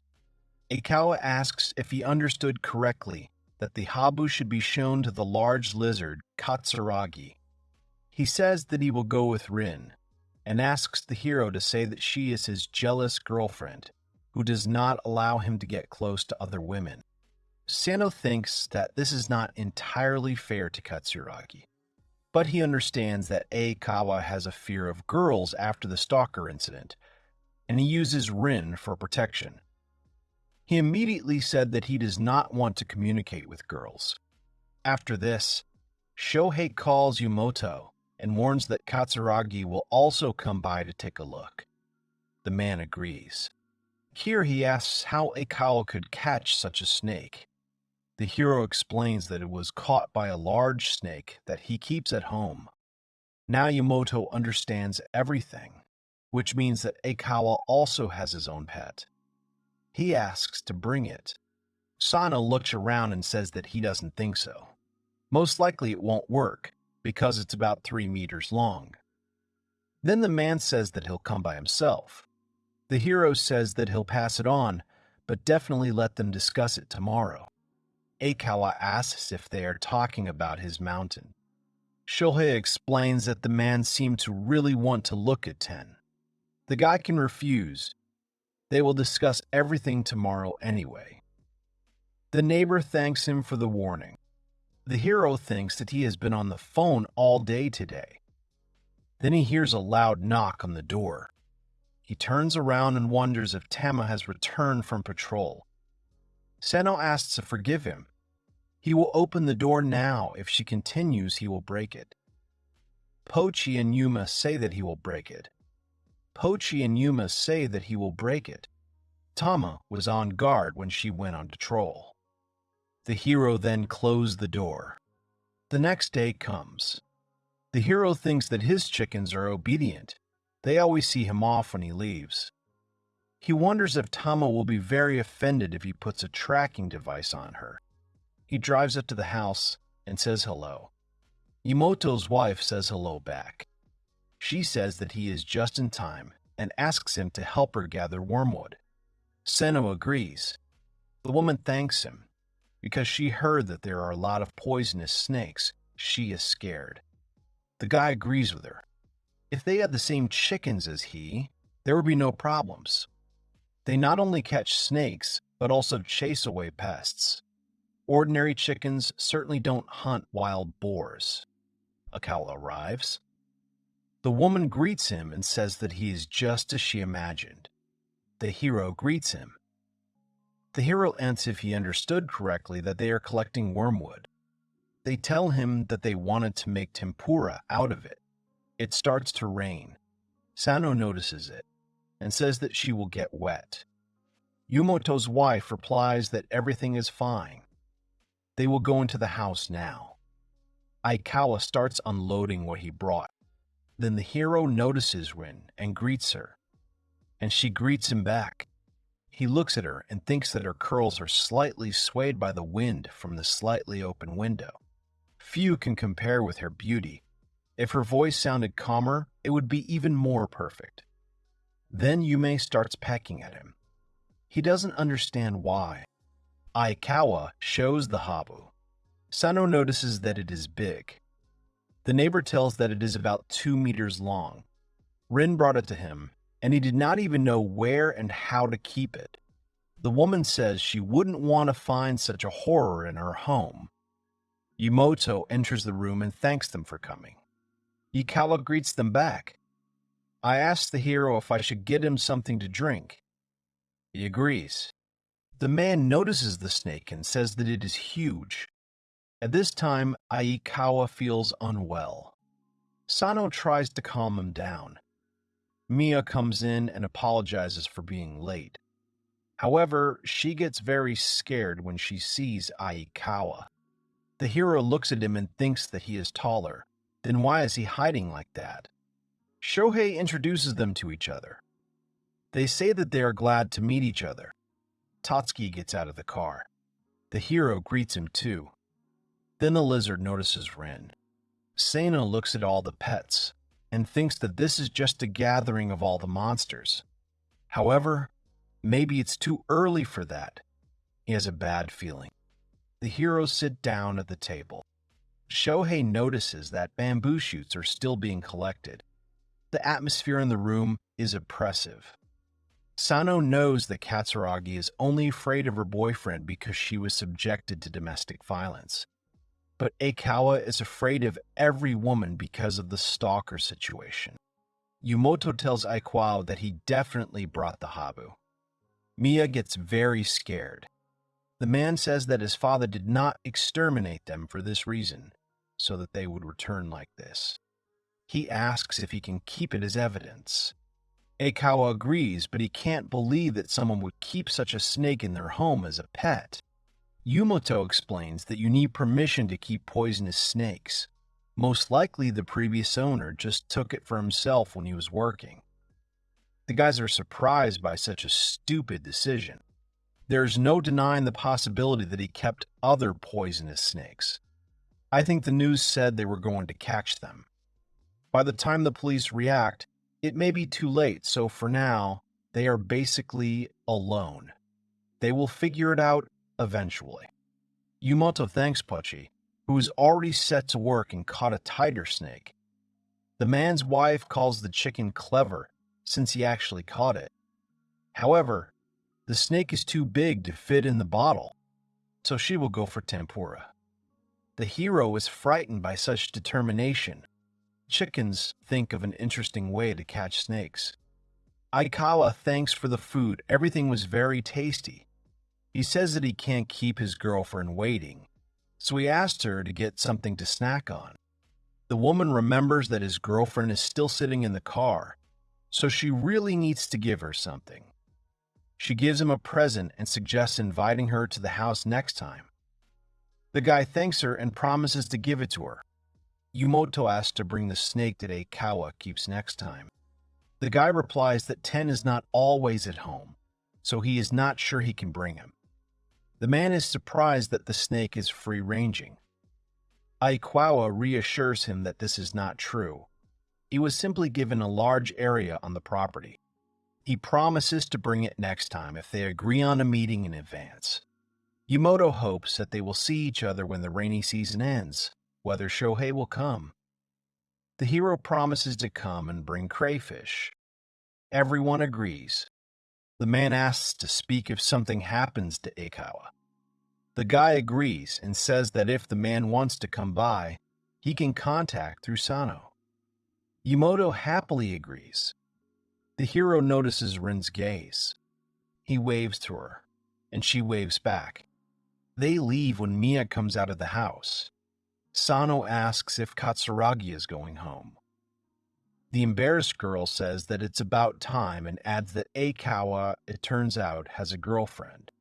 Shohei confirms this, and she was the one sitting in the passenger seat. Mia says that given her past experiences, she thinks it would be better for them to spend less time with Aikawa. She thinks that he clearly didn't like her. Mia thanks the hero for today and says goodbye to him. Sano replies that it's nothing. He thinks that he likes being an ordinary person much better, who is not analyzed so deeply. The girl leaves. The hero hugs Yuma and thanks her for everything. He then notices that Pochi seems to be taking things seriously.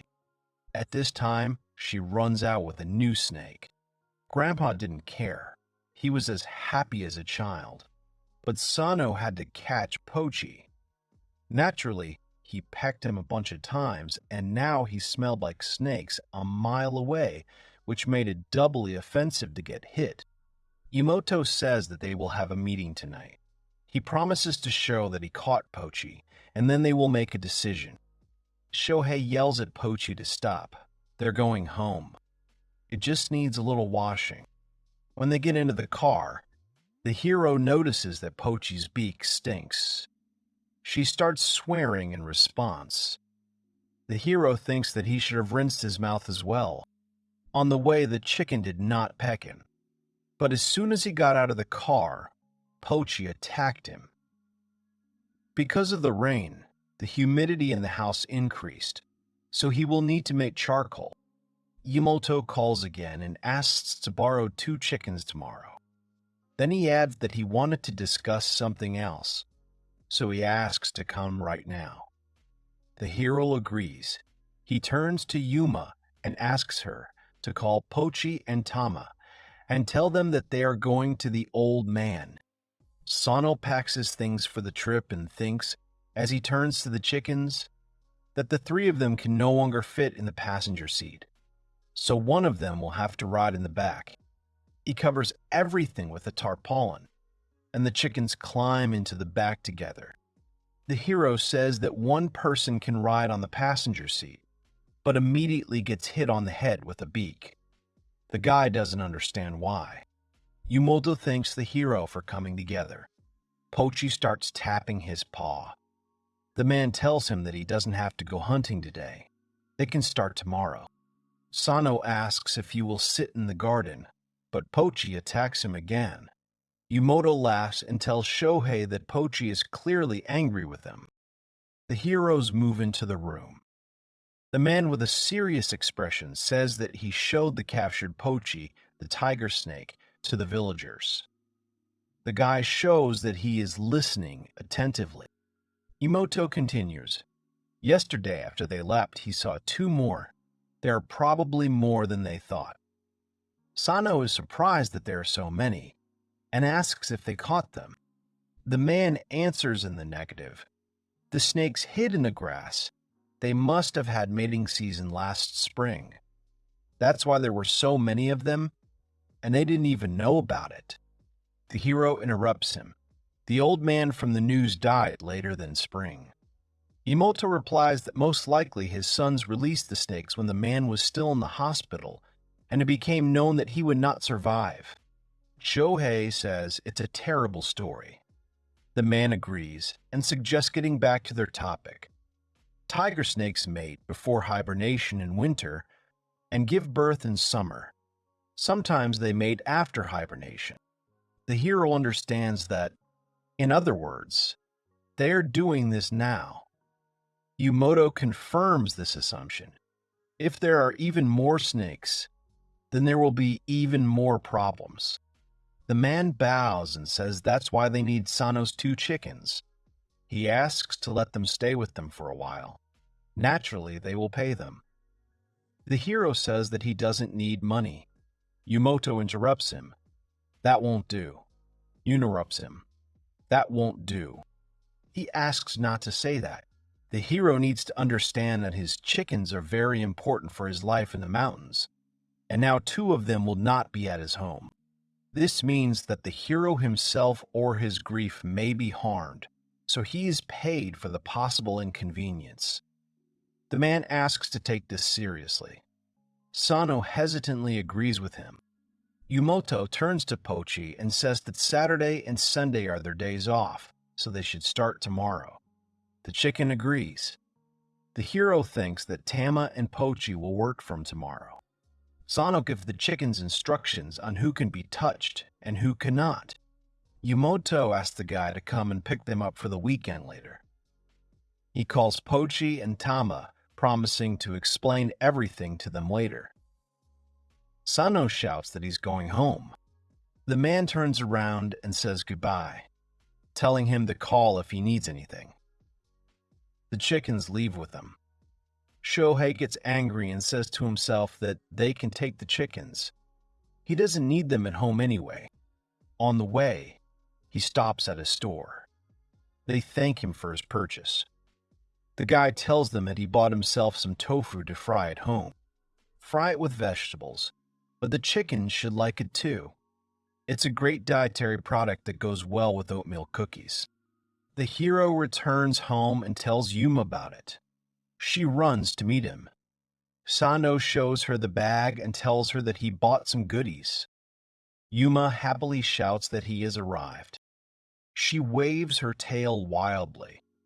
Shohei strokes her head and thinks that when she is happy, her tail turns into a deadly weapon. He remembers the hens wagging their tails when they brought down the boar. It was during the Golden Week, when they weren't that big. They grew very quickly, but now he's come to terms with that. The hero looks around the garden and thinks that during the rainy season the plants grow quickly. The chickens fight the weeds, but now they will be gone for a while. He hopes that the weeds will not have time to grow too much. During the day, they went to the river with Yuma, then rested at home. Already in the evening he remembers and tells her that today, Pochi and Tama will not be there. Then they started taking a bath. Sano thinks that if they get bigger, they won't fit into one bath anymore, and they need to buy more towels. Shohei notices that it is quiet. So quiet. Already in bed, he counts on his fingers that today is Wednesday, and he needs to go for them on Saturday. All this time, he will be only with Yuma. He thought she would be lonely. The hero was too used to having all three of them around, they became like family to him. In fact, Sano didn't want to leave them there, but he couldn't say it so directly. The guy asks Yuma to sleep with him. He falls asleep and thinks that he must be so pathetic right now. Yumoto comes to the hero. He asks to forgive him for coming so suddenly. Sano says that it is nothing, asks if something really happened, and offers to go into the house. The man does not agree. He already needs to go. He tells him that they can't sleep. Last night, Pochi and Tama were screaming terribly. The hero was surprised by this. He remembers that he heard that when chickens wake up in the middle of the night, they scream very loudly. He's already forgotten what it's like, since he hasn't heard them for a long time. Yumoto says that he does net care, but the neighbors are already starting to complain, so he came with the request to leave them with the hero for the night, whether he is against it. Shohei says that in general he is not against it, and asks if he understood correctly that they will see each other in the morning. The man agrees and asks to forgive him for the request. Sano says it's okay. Yumoto leaves and promises to give the hero some money for gas. The boy tries to refuse, but the man says he won't accept excuses. He should at least get something for his help. Shohei reluctantly agrees. He thinks it's very polite of the old man. He turns to the chickens and asks Pochi and Tam to return before dark. They answer him as they run. The hero thought that they would be exhausted since they hadn't slept well, but they seem to be full of energy. Then Yumoto returns. He forgot to give him the package of homemade cucumbers. The guide takes it and thanks him. He asks again if the men will arrive around 8 in the morning. He confirms this and apologizes again for the inconvenience. Sano replies that he doesn't mind. The hero looks at the car driving away with a smile. He thinks that nothing terrible will happen. He probably just had a nightmare. That's what he thought before he fell asleep. In the middle of the night, Pochi and Tama start screaming. The hero yells back at them to be quiet. The guy promises to leave the door open so that after they've finished yelling, they can calmly return to the house. Late at night, the chickens scare even the owl with their cries. In the morning, Sano finds Pochi and Tama sleeping by the door. He wonders if they've been running around all night. The hero calls the chickens by name and suggests washing them first. He knew that this would happen, that they would start shaking themselves off furiously. It's good that he hadn't had time to change his clothes yet. After breakfast, they are going to the village. Sano says that he wants to sleep. Yuma wants something from the hero. He assumes that she wants him to go himself. The guy thinks that he can't resist this look. He wants to ask his uncle how Pochi and Tama are doing there. They drive in the rain. Shohei remembers that he drove the chickens outside last night. It seemed to be raining then. Now he realizes that he shouldn't have done that. Yumoto comes out to greet them and thanks them for coming. Sano asks how Pochi and Tama have been spending their time the past 2 days. The man thinks and says that the day before yesterday they were in the rice fields. They hunted small snakes there, and even found their nest. The guy is surprised by such a short period of time. He does not believe that the whole field was cleared in just 2 days. Yumoto asks what the problem is. The hero turns to the chickens and says that he does not even know what to say. Their rice fields are simply enormous. Although they have few farmers, they usually plant at least 2,000 tsubo. One tsubo is about 3.3 square kilometers. Sano suggests that the chickens probably only ran around one mountain, and they have 2. But even so, one mountain is about 30,000 tsubo. Chickens run a huge distance during the day. Isn't that enough for them? That's what the boy told the man. He says that for this reason he thinks they need to increase their scope of work. For example, allow them to inspect not one house, but 5. Or allow them to inspect not only their mountain. Yumoto screams now he understands. This way the chickens can release their excess energy. However, first it is necessary to discuss this with the neighbors. He suggests talking again in a couple of days because it will not be possible to implement something like this right away. Sano says that it's nothing. It's his own fault for suggesting it so suddenly. Afterwards, Uncle takes Pochi and Tama to the farm, where work is already waiting for them. Yumoto's wife apologizes for burdening the hero. The guy replies that it's nothing. He himself should have thought of it earlier. The woman is surprised. He has become so serious. Then the hero and Yuma leave. Shohei wonders if everything will be okay with her. Since she accompanies him, she doesn't have time to waste her energy. He says that she doesn't have to be with him all the time. He suggests that she play with the other chickens. When he said this, she pecked him. In the evening, as agreed, Pochi and Tamu were brought to Sano. Of course, he was glad that tomorrow they would go deeper into the mountains. But that night, he again had a sleepless night. Unfortunately, it was raining again outside and he couldn't get them out. So the boy continued to listen to their screams all night. It was painful. In the morning, Pochi and Tama come out into the street screaming happily. Sano thinks they've been screaming all night. Now that they will be running around the mountains all day, they need to be well fed. He wonders where the chickens get all their strength from. Today it's raining again. The guy hopes that nothing will happen to them. The chickens continue to run and scream. Sano notices that due to the rains, a lot of water has accumulated here. If left as is, mold may appear. Besides, the hero still has many other things to do. He harvests the crop, tastes it, and notes that it is tasty and juicy. The hero offers it to Yuma, who happily agrees and opens her mouth full of teeth. While she is there, Sano only thinks about whether she will bite off his finger. He hopes that this will not happen. During the day, Pochi and Tama walk in the mountains and almost never appear at home. However, the mere thought they are somewhere nearby makes one feel relieved. Now they are climbing to the top. Shohei is sure that if anything happens, Yuma will protect him. So there is no point in worrying. He understands something here. The hero asks if she really grew up like that for his safety. He can't say that all this doesn't seem as strange to him as Ren's story from the Aikawa family. But in any case, the more it is, the calmer he feels.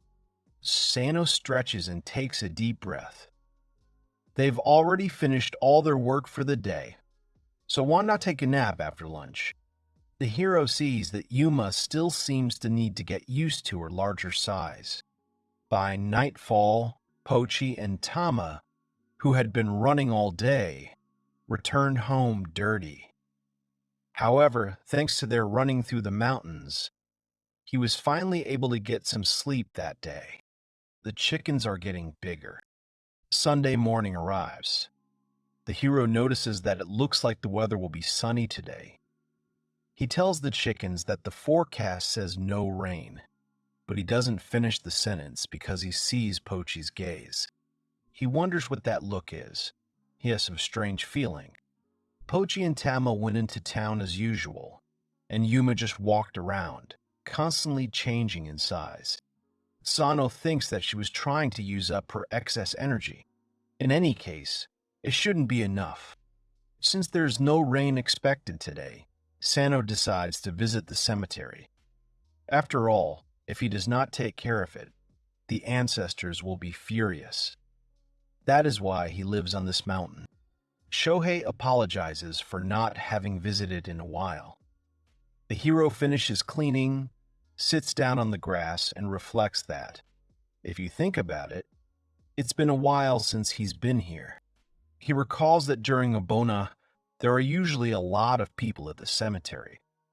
Even at the end of the holiday, he will hardly be able to meet his relatives, which is a pity. If he takes the chickens to the city, the family will be simply shocked. There will probably be no end to the questions. Even if he goes by train, the journey will take 3 hours. There are no options here, and he does not want to be in the car all the time. Tama repeats the last word after him. This greatly surprises Sano.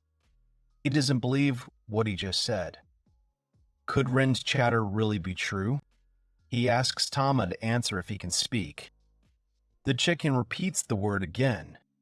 Shohei is happy that he can actually speak and wonders what's wrong with his voice. He runs to hug her out of joy, but he pushes him away and starts pecking. Sano screams that it hurts and asks for forgiveness. He wonders if she thought he was being mean. The hero just wanted to hug her. Evening comes. Shohei suggests going home. Then his uncle calls him. The guy answers and asks what happened. Yumoto replies that it's nothing. He just discussed it with the neighbors and they agree to let the chickens explore a large area. He promises to tell him the details tomorrow. Sano thanks him and says goodbye. He thinks that this is all for the best, so they will have somewhere to put their energy. Then comes a message from Aikawa. The neighbor writes that he is going to the city tomorrow and asks if the hero will go with him. He agrees. Sano hopes that tomorrow will be sunny too. Old man Yumoto greeted Shohei and apologized for keeping him busy with work. The hero got out of the car and said that his chickens needed to move anyway. So there was nothing scary about the work. The man noted that they were not just chickens. The young man thinks that this time Pochi and Tama are going hunting. Today, they are going around every section of the crop fields. Yumoto says that their eggs are delicious. The guy realized that they were snake eggs. The old man didn't even think that it would be so delicious. You can't tell by looking at it. Shohei thinks that they won't be able to start selling them. The hero summed up that the grandfather wanted to control the number of snakes. He confirmed everything and added that they should not be exterminated completely. He announced their further plan. First, they needed to catch some, and then decide whether to release them or not. Shaw was surprised at how well the old man had thought everything out. Grandpa also suggested taking a tiger snake. It has no poison. But they also eat all sorts of rodents, so let these live. But he will not allow poisonous snakes to reproduce. The young man thinks that they have no coexistence with snakes. And all this is only for the convenience of people. But people have power over all circumstances. Shohei said that it was time for him to go. If he was delayed, he would definitely contact. The old man told him to call if anything happened. He ordered Tama and Pochi to obey their uncle, but they turned away from him and did not listen. This outraged the boy. The man laughed and noted the chicken's love for him. The hero thinks that the chickens don't respect him at all. Yuma was sleeping on the car seat next to her. She was leaning against the guy. He hugged her and told her that she was so sweet. Then, he patted her on the head and thanked her. Now he was okay. Then he texted someone that he was on his way. He took one last look at the chickens and thought, isn't he the boss here? He looks like he's going to cry soon. Pochi and Tama went to destroy eggs. Tama found the eggs and wanted to eat them. But then he thought about the old man and decided to take them to him. The hero stood and waited for Aikawa and Rin. They drove up and apologized for the wait. They went to the city. Getting out of the car, the guy asked Yuma to be a good girl and sit quietly. He wouldn't be able to take such a big chicken with him anywhere. Just like Aikawa couldn't take Rin with him. The hero noticed some kind of bag in his neighbor's hands and asked what it was. He replied that these were work clothes. He wanted to take them to the laundry. because after washing him at home, the smell wouldn't wash out. The hero was surprised that after the laundry, the clothes would not smell. Aikawa explained that they wash at high temperatures there, which kills the smell. The young man realized that he did not need air conditioning, but hot water. He can't use bleach, it could harm the chickens. But there shouldn't be any problems with hot water. Shohei left the store with his bags full. He thought about how well they had bought. Then he noticed Aikawa, who was sitting in the car. He was surprised that Aikawa had been waiting for him all this time. The man was lying on Rin's shoulder, hiding his face. The hero came over and apologized for the wait. At first, Aikawa simply said the word there. Shohei didn't understand what he was talking about. And then the man said that she was there. He met the girl who had been stalking him before. The young man was surprised. He realized that this was Aikawa's former stalker. The neighbor thought about what he imagined, but he recognized her by her face and posture. Shohei said that even if it seemed so, he understood his fear and suggested that they go home. However, Aikawa asked him to check who was standing there. The hero agreed, and he himself thinks that the man should discuss all this stalking with some lawyer. But he also understands why Aikawa asks to approach that girl. Rin hugged Aikawa close to her. She said that he didn't look like himself. Sho agreed with her. Aikawa was acting too strange. They had to be careful. Rin suggested they just call. The man looked away and then exhaled. He thanked Rin and said that he was going to the store with Sano. She told him to come back right away. The girl turned to the hero and said that she relied on him. He stroked Yuma's head and said that he would come now. They thought that everything was over, that they would return to the mountains and Aikawa would make a call there. But when they left the store, the heroes were met by a man and a woman. The woman bowed and said that her name was Kano Yuko. Aikawa's face was shocked. The girl introduced herself as Kano Yuko, and she said that she was pleased to meet her. Aikawa stood there shaking. Shohei noticed this and touched his shoulder. He came to and asked the girl to remind him who they were. She replied that she was Kano, Sanko's older sister, Ito Sanko. The girl wanted to offer her deepest apologies. The heroes moved to a cafe. The woman asked who was with Mr. Aikawa. He replied that it was his friend. After that incident, it was hard for him to talk to girls her age, so he accompanied him.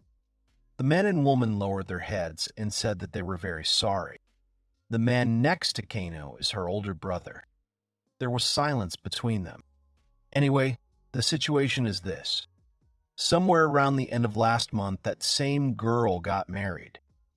But apparently, for the wedding, she was planning to find Aikawa and apologize to him. Unfortunately, she only knew roughly where Aikawa lived, so she couldn't meet him in person. But last month, she thought she met someone who looked like Aikawa, and then asked him to pass on a letter of apology to him through her brother and sister. She actually saw Aikawa last month. Kano says that they have visited this town more than once. This is the third time. If they had not found him within this month, they would have passed the letter through a lawyer. They could have indeed handed it over through a lawyer, but then they were unsure whether Aikawa would accept it. He exhaled and said that he wouldn't accept it. He didn't need her apology. It would be enough for him if they just didn't contact him. The brother and sister were truly terribly sorry. The man said that he didn't need an apology from them. He asked them to tell him that he was glad that she got married. Kano thanked the guy. Shohei thinks that this is a very strange story. The criminal quietly got married, and Aikawa was left to live with the fear of women. At such moments, you understand that it is better to hurt than to be hurt yourself. The hero said goodbye to his stalker's family members. Aikawa felt relieved as he watched them go. Now he doesn't have to worry about stalking. However, this does not mean that his rhinestones are over. He is still afraid of girls. Shohei suggested that it was psychosomatic and suggested that he help. He replied that it was not worth doing, because he was already causing him so many problems. Ikawa said that it was probably time to go back. The hero asked if he was sure. The young man himself wasn't sure. They could be being followed. What if these people had lied to them? Vincent remembered that he needed to put the groceries in the freezer, and they went to the cars. Rin looked at the guys angrily and said that he was late. Akawa began to apologize and justify himself. The girl said that she was angry. Shohei tensed up, looking at his neighbor, and turned to Yuma. He apologized for being late. She turned away from him, demonstratively offended. The boy began to apologize and say that he had to accompany Akawa. He couldn't just leave him. The chicken repeated the words that he could not do it. The young man hugged the animal and thanked her for worrying about him. Just in case, they rode a few laps before returning to the village. Aikawa immediately called the lawyer and asked for confirmation of the whole story. The man said that he would get an answer by nightfall. The neighbor knew it was connected with her. Shohei noted that it was good that they had not met. But if she had approached Aikawa, everything would have been much worse. The man thanked Sano for today. He said that he was just sitting next to him. Aikawa explained that he felt much calmer with him. Without him, he would have run away like a coward. Sano feels like he should have tried to convince her. But then Aikawa would never know the truth. When they left, the hero apologized to Yuma. She was probably tired of sitting in the car all day. Arriving home, the chicken got out of the car and said that she was tired. The guy thanked her. She started walking around and stretching. Shohei turned to her and said that he would step aside. The chicken pecked him. Yumoto brought the chickens and praised them for their good work. The young man was glad that Tama and Pochi at least stretched their legs, but Yuma had to sit all day. The old man said goodbye to the guy and handed him some kind of package. This time, it's tangerines in a can. Chickens will eat tangerines, of course, but they're candied, and the hero doesn't want to deal with cavities later. The chickens hadn't even made any noise last night, but he'd kept his eyes peeled anyway, and even if they'd started strutting, there was nothing he could do. If it hadn't been for the rain, he'd have sent them outside to fight. Aikawa during the night. That stalker actually got married last month and now lives far away from here. Since Aikawa wants to be left alone, he told the lawyer that he won't accept the letter. The neighbor said that he felt relieved. Shohei listened and said nothing. He thought that Aikawa didn't want to see her face or have anything to do with her. The hero didn't want to pry into other people's business. But he didn't understand him. But he is not Aikawa either. He has the right to decide for himself what to do. Watching Pochi and Yuma, Uncle says that they are scurrying along well. But last week they were barely moving. Then he asked how last night went. The hero answered that they had a good night's sleep. True, he doesn't know what will happen today. The old man told him that the chickens helped him a lot. They found 3 snakes just yesterday. They found vipers. Poisonous snakes. Life in a village is also a kind of survival. The old man said that they had caught them from 6 whole fields. He thinks that there is no need to go around them anymore. They won't catch anyone. The hero asked if the collector of poisonous snakes had any imported from abroad. He answered that it looked like he had. And how did he get them anyway? But since they are dangerous, you can't just let them out. You can keep these snakes if you fill out some paperwork. Grandpa heard that someone was bitten recently. People say it's a viper. They bite someone once a year, so he wouldn't pay attention to it. The main thing is that there aren't any non-native snakes. Here, the hero thought that he should warn his chickens. He told them that if they found a strange snake, they should bring them. They understood the owner and dispersed. The hero left the chickens and wished the old man good luck. Shohei realizes that Tama doesn't want to go with him and pecks him in the back. Aikawa invited him to visit him. Then the hero asked Tama if she would go with him, but she did not answer. He wanted to make fun of her, but she began to peck. Still, Tama does not like Rin and Ten, and while they were arguing, it started to rain. It rains a lot lately. The hero would be happy to walk around the area, but the ground gets wet because of him, so he doesn't do it. But Tama will go on patrol. The mud doesn't bother her. Shaw decided to check how many abandoned houses there were in the area. Without people, the house was falling apart. It would be a good idea to tear it down before the rainy season. But this also requires money. He thinks about talking to the headman about it later. The hero turned to Tama and said that he would go and look at this house, and the chicken itself could walk around the area for now. She didn't answer. Sando thanked her, and he thought that although she was being mean, she was actually kind. Is she really a tsundere? After these words, Tama began to peck the hero in the back. He did not understand how she knew what a tsundere was. While inspecting the house, the hero received a message from Katsuragi. The girl sent a photo of a snake's tail and asked if it was poisonous, since it seemed that Tatsuki had already eaten it. He didn't understand how he could identify a snake by the stump of its tail. He wrote to her that he would find out and answer.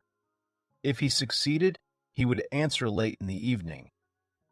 The invasion of snakes seemed to have no end. The young man tried to search the internet for a photo of Katsuragi. However, he couldn't find an answer. He decided to show the photo to his uncle, since he was going to pick up Pochi and Yuma soon anyway. Yamato, looking at the photo, said that it was not immediately understood. He was afraid that if it was a poisonous snake, then that huge lizard might not say hello. He added that the girl could bring the stump to him tomorrow. When the hero told Katsuragi that Tatsuki could be poisoned, she almost gave up the ghost. The young man understands her perfectly.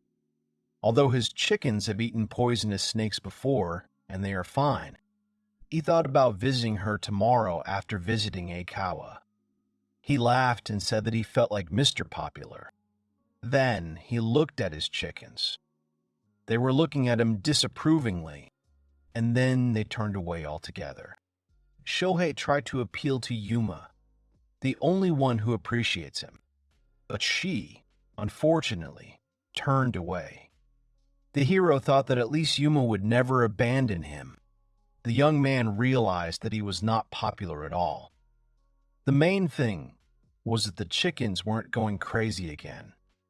That was the main thing. The next day, the boy brought a combo of girls, Tama and Yuma, to his uncle. They have a long way to go today, but first, they will wait for Narayama. Yumoto asked Sano how he was doing with patrolling. He replied that so far, everything was unchanged. They were walking towards the mountain. Suddenly, Katsuragi arrived, greeted them and apologized for being late. The men greeted her. The girl handed them a jar with a snake's tail. The old man looked and said that, apparently, this snake was not from here. He asked permission to take this tail for himself. The girl agreed and added that she just needed to get rid of it. The uncle apologized to the lady for having to travel such a long way. She also began to apologize for not being able to help in any way. Then the old man left. The chickens walked around the garden, and Tatsuki stood near the car. Sano and Mia were sitting on the veranda. The girl asked the guy about his plans for today. He answered that he was planning to go to the western mountain to see Mr. Aikawa. The girl noted that they often see each other. The hero confirmed this and added that they go to the city together. Katsuragi lowered her head and said that she envied them. She is a fool in love and can't even talk to him. The young man realized that she is not interested in him at all. Then she asked him about his plans for tomorrow. He replied that at most he would take the chickens from the headman and pick them up. She invited him to have lunch together. The hero finally realized that she really wasn't interested in him. And so, the hero went to Aikawa together with Pochi. He doesn't care that she doesn't see him as her boyfriend. Katsuragi is cute, sure, but he doesn't want to flirt with her. He doesn't imagine her as his wife in his mind. He doesn't imagine her at all. The hero turned to Pochi and asked him to catch some crayfish as a gift for Rin Ten's visit. The chicken didn't answer. The young man thought that after heavy rains the rivers had overflowed their banks, of course he wouldn't be able to. However, Pochi said that he would catch it. Looking at the animal, the young man thought that it had terrible, sharp teeth. They decided to go back and catch it. Despite the strong current, he caught 6 of them in a short time. Wiping Pochi, the hero thought that first they catch crayfish, then poisonous snakes. As he walked along the road towards Eikawa's house, the young man noticed his snakes. He greeted Ren and Ten. Pochi had already gotten out of the car and was running to his friends. The hero thought that he had been impudent, opening the car door without permission. Shohei asked the snakes if they would mind if his chicken pecked at their insects. They replied that they did not mind. Pochi stood still. Aikawa came out and greeted Sano. Sho started to apologize for being late. He and Pochi were just going to bring crayfish with them. But before he could say anything, the chicken started pecking at him. It seems Pochi pecked him because he didn't like that he wanted to blame him for being late. The hero handed him a bucket with a small amount of crayfish. He thanked him for the gift. The men talked about how the weather was not very good. The main thing was that he was okay. Rin and Ten thanked Sano. Pochi was indignant. The boy mentally apologized to Aikawa's animals, because Pochi wasn't used to bigger snakes yet. The neighbor said that he would also like to visit him. The young man agreed and suggested the day after tomorrow. Tomorrow, Shohei invited Katsuragi to visit. He noted that Sana was very popular. The hero turned away and said that the girl did not even consider him as a man. While catching crayfish, Pochi looks at the water. He sees the small number of crayfish he caught and gets very angry. Aikawa set a luxurious table. The hero asked him if he always cooked like that. He answered that he only did it when guests came to visit him. The young man remembered that Aikawa had once been involved in hunting. He would have to invite him to hunt together when the season came.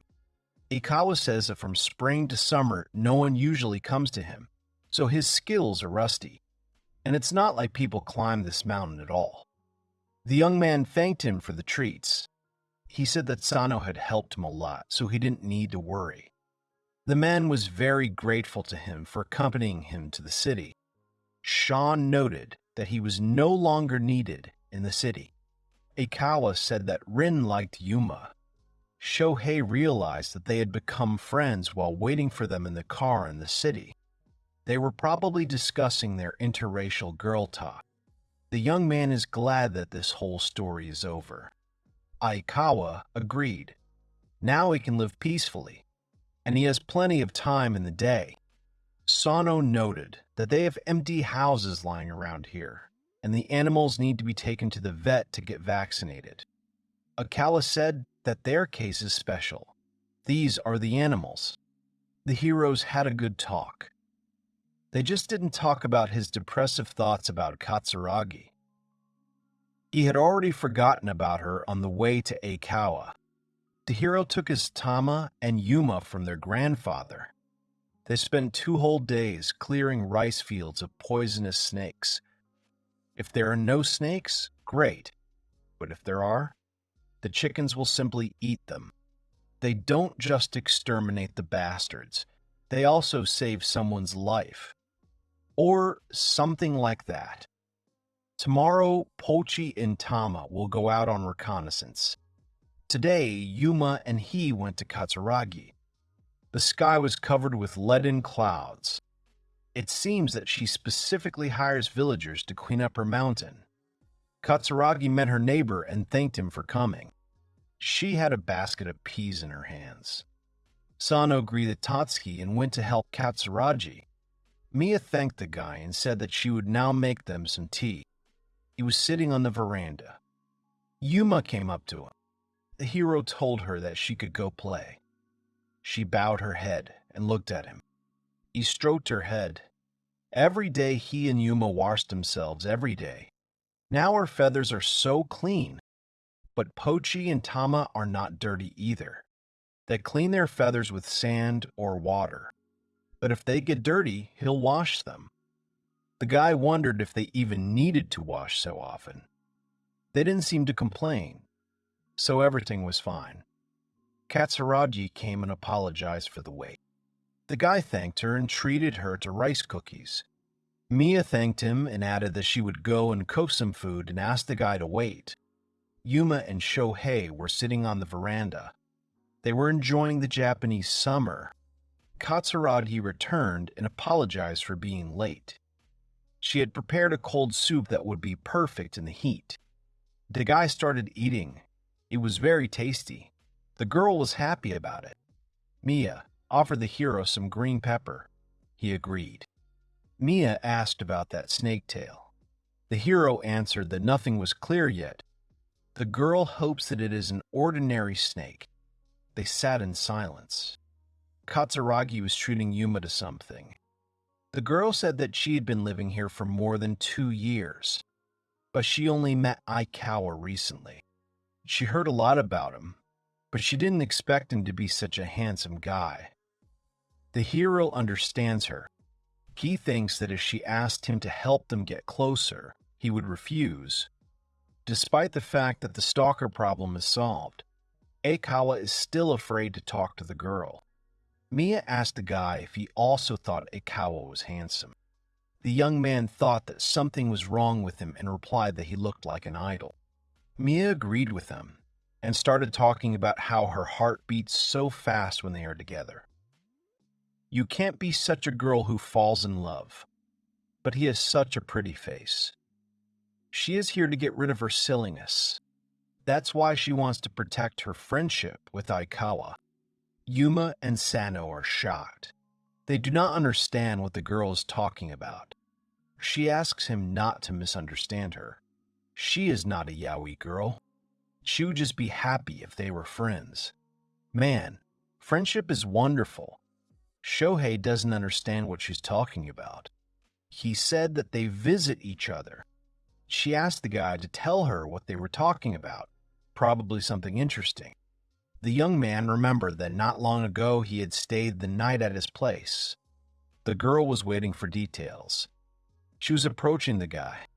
She came as close to him as possible and asked about the fact that they had gone to the city together.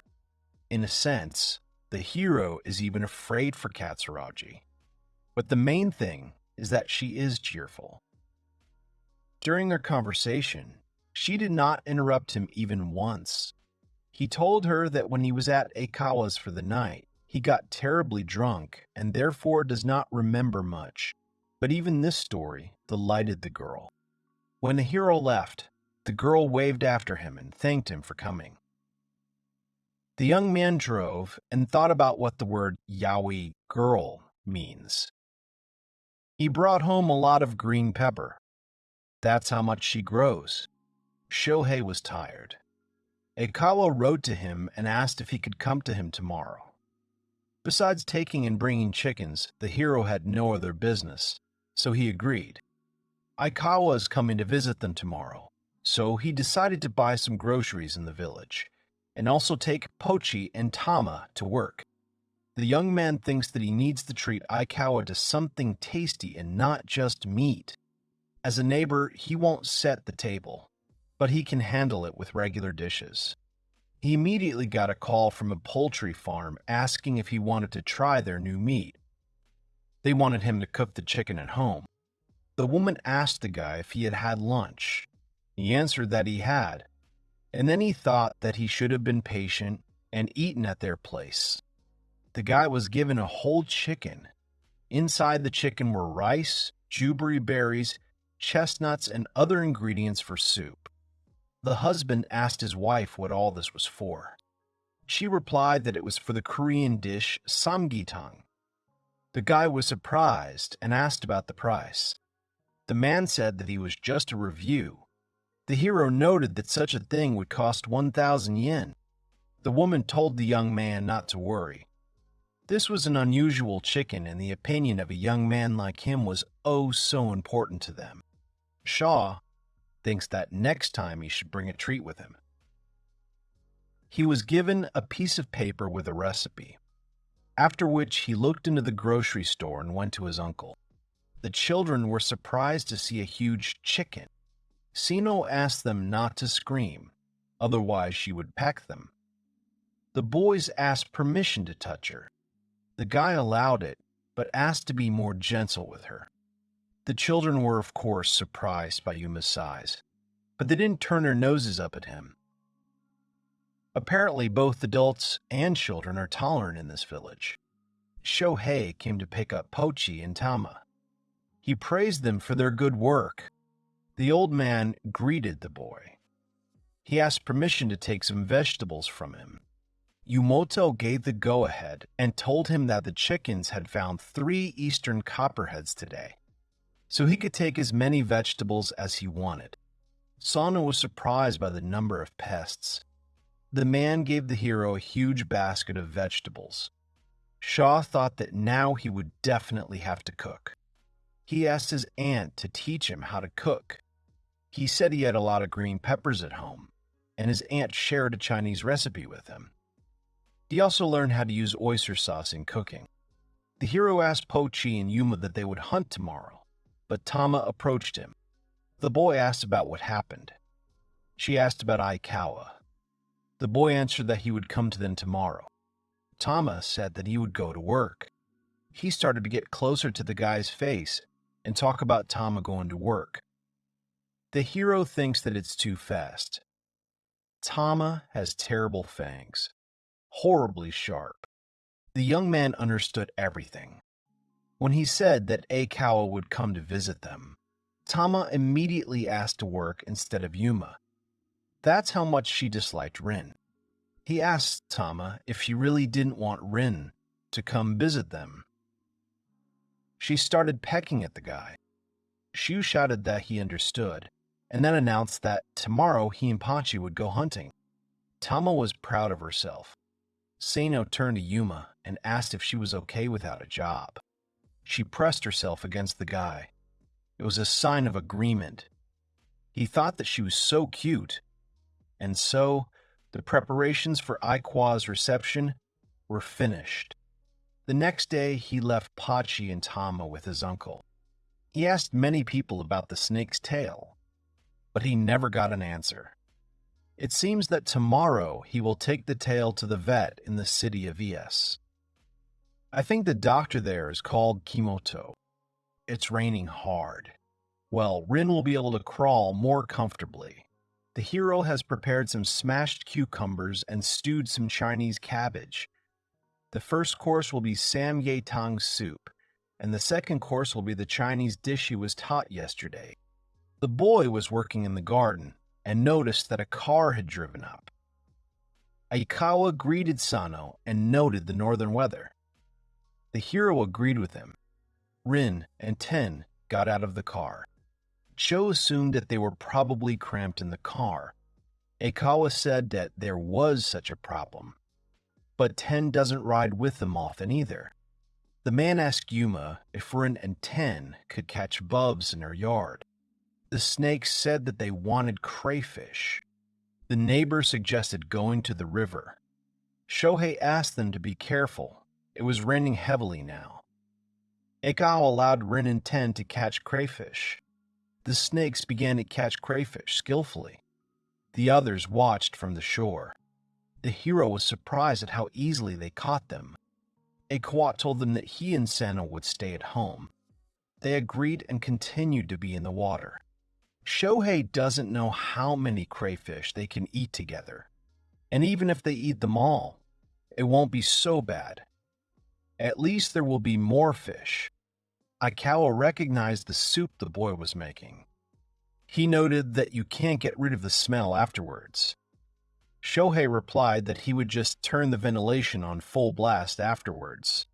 The neighbors said that it was the first time he tried their cooking. Sano asked him not to expect much. He especially shouldn't set the bar too high in his head. The hero was finishing the dish. He said that it was called Ding Songxian. Eikawa noticed that it smelled delicious. It seemed to be just vegetables, but it looked luxurious.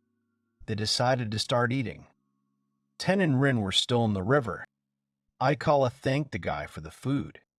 The hero opened the window and said that Korean and Chinese fruit smelled strongly. The neighbor asked if he had really bought samgyeon from a poultry farm. The young man confirmed and said that they were still testing the product. It seemed that his fate depended on his review. The man said that he liked dissanxion too.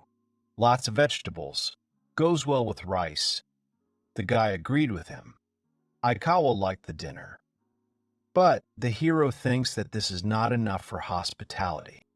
The neighbor asked about the fact that the hero visited Katsuragi yesterday. He confirmed everything. He added that she was lonely, so she invited him to visit.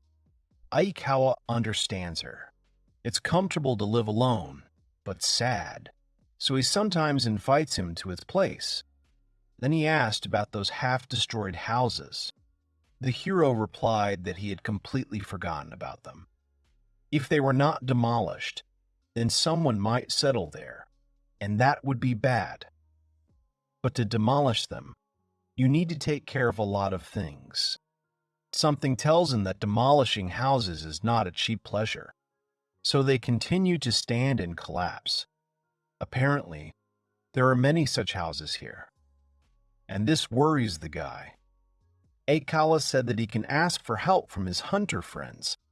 If they get permission to hunt in the area during the work season, they can help with the demolition of houses. Shohei said that sounds good, but they might shoot his chickens by mistake. But they can only give them access to the part of the mountain behind the house. And then the only thing left to do is to forbid the chickens from going there. There are a lot of guys among the hunters who don't have mountains to train on, so he'll open up the north side of the mountain to them. The hero was surprised that there were hunters without mountains.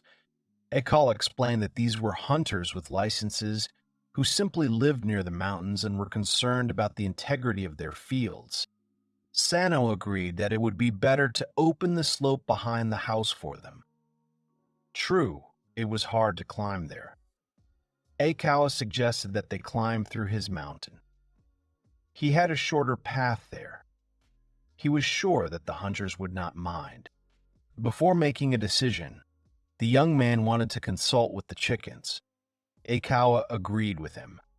He would have to thank the hunters well. Their help would be of great service to them. The young man is not sure how everything will go in the end, but he hopes for the best. He talked with Eikawa for a long time. It is immediately clear that they are on the same wavelength. The guy looked at his watch and thought that the chickens would be delivered soon. He told Eikawa that the chickens would be arriving soon. The man understood that Yumoto would bring them. They ran out of the house. The young man thought that they had a problem. Ten and Rin. Uncle, of course, wanted to see Ten himself.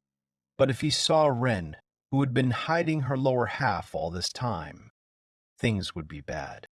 They went out and noticed Yuma. He asked her not to let Rin in and to call Ten because the uncle wanted to see him. Yuma tilted her head and looked at the boy questioningly. He repeated once again that Rin shouldn't be allowed in, but 10 had to be brought. She answered what she understood and ran to the snakes. The hero thinks that he seemed to have explained it clearly. Ikawa was surprised that she understood something. Shu thinks that if they were ordinary pets, they wouldn't understand his speech. But his chickens are unusual. As Yuma walked towards the river, the hero thought that he was being overly protective of his chickens. Shohei and Eikawa exchanged glances as they heard the sound of an approaching car. The neighbor said that it was close. They quietly sighed with relief. Yumoto noticed Eikawa and realized that he had come to visit him. Shohei confirmed everything and thanked his uncle for bringing the chickens. Pochi and Tama got out of the car and started looking around. The old man asked about the girl who was usually with the owner of the western mountain. He answered that she was working in the field. Aikawa said that he came with his kite. The old man told him that he had heard that he had a huge one, and asked where he was. Sano answered that Yuma had gone looking for him, so they would probably be back soon. Pochi approached the owner. The guy realized that they were trying to calm him down. Then he told him to come over so that he could dry them. Then they noticed Yuma and 10 approaching. The guy praised the chicken. The snake towered over the headman. Yumoto recoiled and was surprised by the size. Aikawa said that it was his pet snake. He asked him to come over. The old man wondered how many meters long it was. The neighbor replied that he had not measured it, but it would probably be about 4 meters long. The uncle suggested that it was heavy. The man confirmed it. You can't carry something like that in your arms. However, only his head weighs so much. 10 laid his head on Aikawa's shoulder, who stroked him. Yumoto noticed that he was obedient, and it was obvious that he loved him. Shohei's chickens are enough for him. Maybe they'll help him with the stall for the festival. Sho asked about whether the villagers themselves are the ones who stand behind the stalls at festivals. The old man confirmed this. But most of the counters are not like that. After all, only old people live in the village. They don't have the strength to sit behind the counter all day. If the neighbor remembers correctly, they will be carrying a palanquin at the festival. Uncle asked him to let us know if there are any volunteers. That is, everyone is voluntary. They will not force you. Yumoto asked Shohei to help with the preparations for the festival. He agreed and told him to call him when he needed him. The elder decided to go home. He would tell him when he found out which snake that tail belonged to. The hero thanked him and said goodbye. After the headman left, Shohei and Eikawa exhaled. The second noted that it was good that he noticed that the old man would soon arrive. Sano said that it was his fault that he got carried away with the conversation. They remembered Rin and decided to call her. The hero asked Pochi to go get her. When Eikawa left, Tama started to peck. Apparently, she really didn't want to see 10 and Rin. How much you have to hate snakes. It's scary to approach Tama. He called the poultry farm and thanked Matsuyama for the samgin. He told him that it was delicious, but the smell needed some work. He did not forget to add that Eikawa also liked the sir, to which he was told that his comments would be taken into account and that they would call him again later. Saturday night, someone called the hero. The old man told him that it was a rattlesnake's tail. Yumoto confirmed everything and said that it might not be her at all. The guy thanked him, and he thought to himself that they don't live in Japan. He needs to tell Katsuragi this. He doesn't want to scare her too much, though. According to the stories of veterinarians and the police, the businessman took the poisonous snakes for himself and kept them as pets. So how did it happen that they were so irresponsibly released into the nearby fields? It is unlikely that the entrepreneur could have foreseen his death, but he had to think about what would happen to the snakes when he was gone. Of course, the chickens could peck him to death, but they too are not eternal. On the one hand, these snakes grew up in a room environment, and then they were left without an owner. You think about it, and you feel sorry for them. What will happen to his chickens? Then he shouted the names of the chickens and said that he would live for a long time. But they just turned away. The guy thought that it was somehow cruel, and only Yuma pressed herself against him. He shouted her name and hugged her. Only she understands him. It always seems to him at such moments. But Pochi and Tama should understand too. They ran up the mountain to vent their anger. Thanks to them, there are no more animals in the area around the house. He used to see raccoons and wild boars, but now they are nowhere to be found. Then the hero noticed movement in the bushes and got scared. However, it was Pochi with a snake in his beak. The guy told him to eat him. He and Yuma slowly walked around the fields, looked at the river, and assessed the situation with the road. The guy understands that they need a fence with railings, but since this is his territory, he must buy everything for it himself. Shohei told the nervous Katsuragi about the snake's tail. She called him and started screaming into the phone about what they should do now, since it was a rattlesnake. The young man moved the phone away from his ear so as not to go deaf, and asked the girl to calm down. He told her to just stay close to Tatsuki and everything would be fine, and they would hardly help her with the snakes.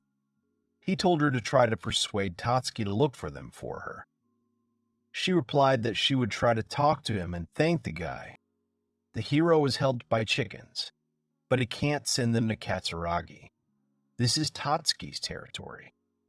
No matter how much the girl wants it, the reptile won't allow anyone to interfere with his territory. Mia is very sweet, responsible, and kind.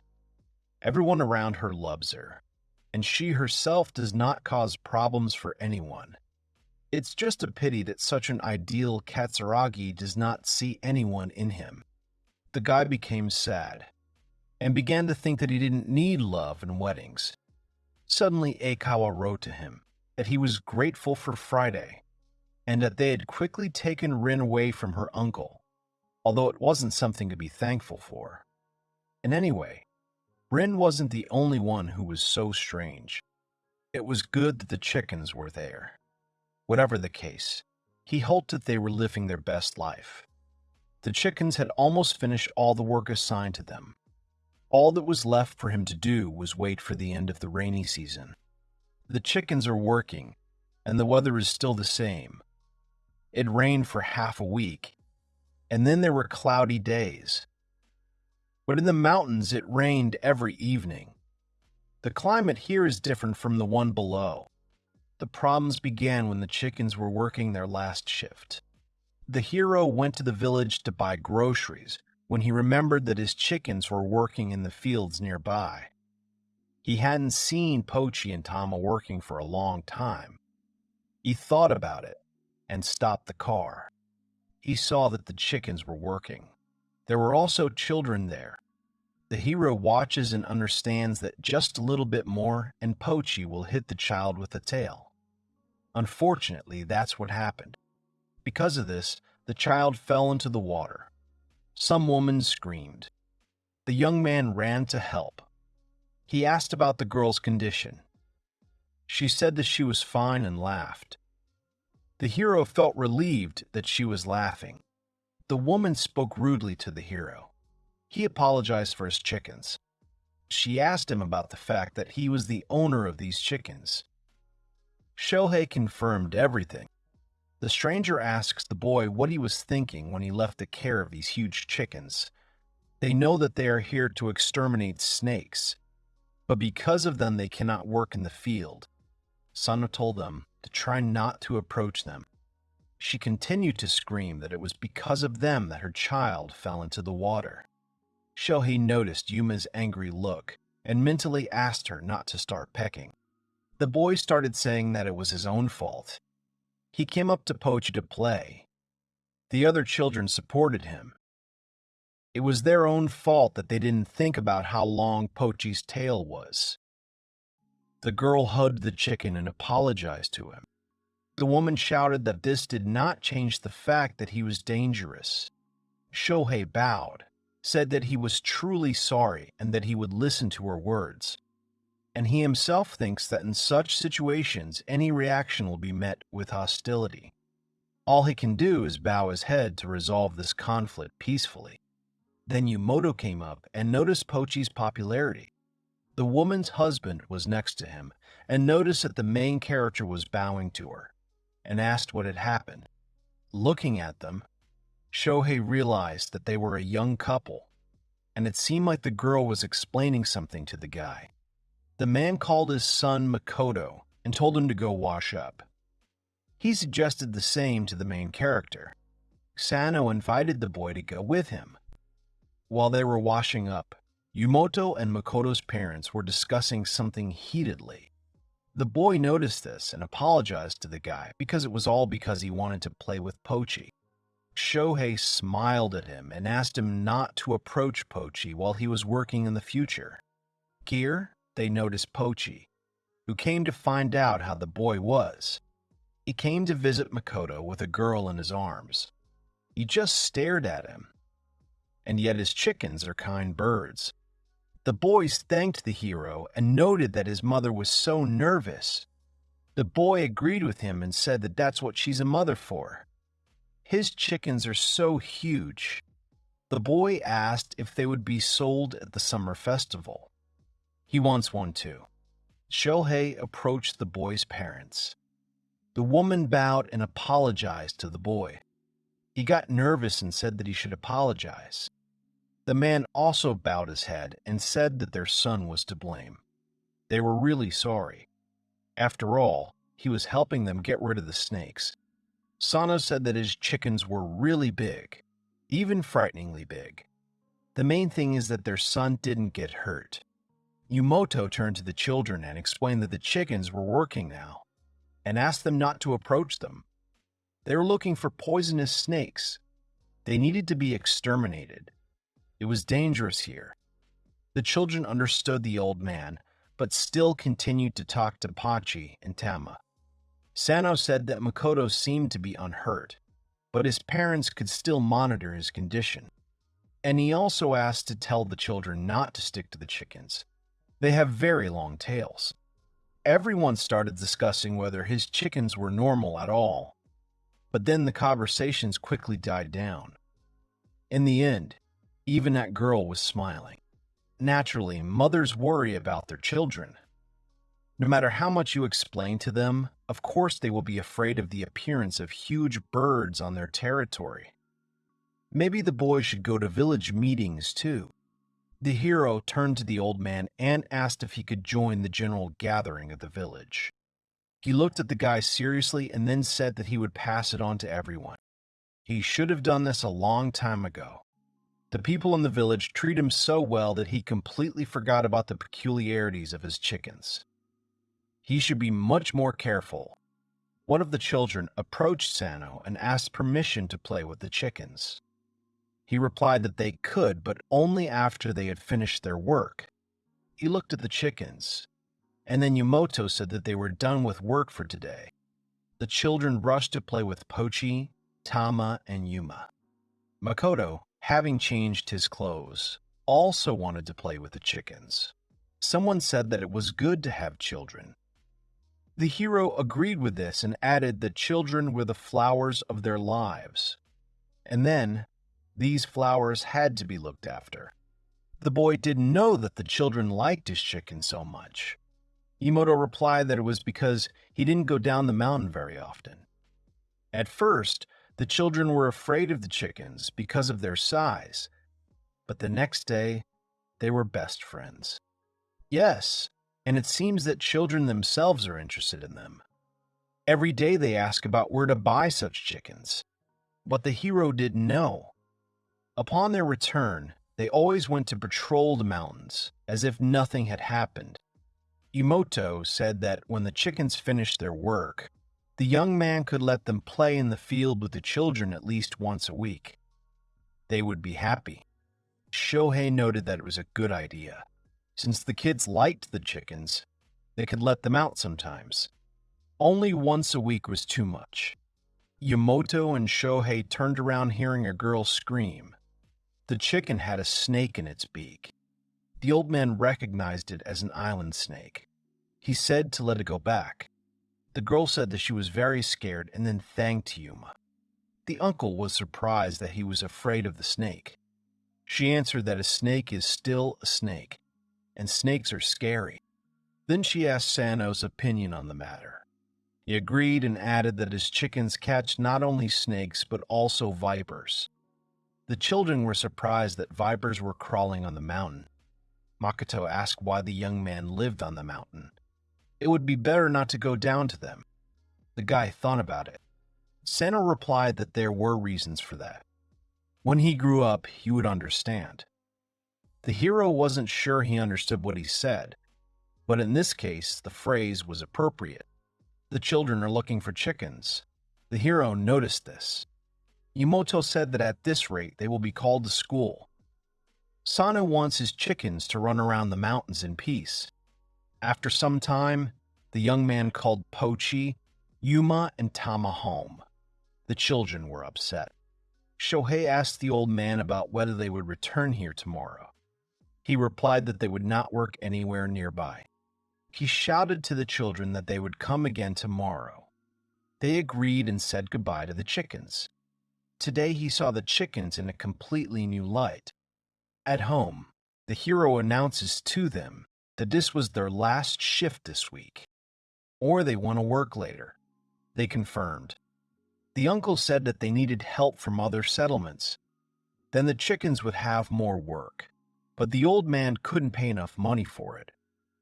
The guy was thinking about giving up. He just wasn't sure if his chickens wanted to work. They said that they don't want to and won't work. The boy was surprised. He thought they liked playing with the kids. But Pochi and Tama said that they liked the mountains, and Yuma liked Sano. Shohei realized that Yuma seemed to like being with him. Pochi and Tama are trying so hard, even though they like to walk in the mountains. He asked them if he should stay with them in the mountains. Pochi and Tama turned away. The hero thought he was going to cry. In the morning, the boy came to the old man. They greeted each other. The hero approached the man about work. He explained that the chickens were tired of her. He replied that the main thing was that the chickens did not press. He would refuse them. The guy thanked him. The man asked the boy if he was sure he wanted to go to the meeting. He confirmed and asked if there was any problem with that. The man himself is not against his participation, since his chickens caught snakes. But the meeting will be attended by only stubborn old men. They are also not against his participation, but he is not sure that they will let him speak. He is a stranger to them. What good can they tell them? He told him to prepare for the fact that he will not be welcome. And if he can't, it is better not to go at all. The hero answered that everything would be fine. He should visit them at least once. The meeting is on Saturday evening. Apparently they will talk over drinks. He doesn't even know how the chickens will cope without him. He doesn't think anything will happen if he leaves them alone for one evening, but it's still a bit unsettling. Aikawa offered to leave them with him, but the problem was that Tama would hardly agree to spend the whole year in the company of snakes. They would start fighting, so he refused the offer. Last time he was with the chickens, so there were no problems with spending the night. He told the hens that he would need to talk to his uncle on Saturday. Most likely, he would stay with them overnight. He asked what they wanted: to stay on the mountain or to go to his uncle. The chickens looked at each other. Tama said that she wanted to stay on the mountain, but Yuma and Pochi wanted to go together. The boy thanked them. It was no wonder that Tama wanted to stay on the mountain, and Pochi and Yuma wanted to go with him. He told his uncle that he would come with them, to which he replied that it would be even better this way in the future. That was the end of Friday night.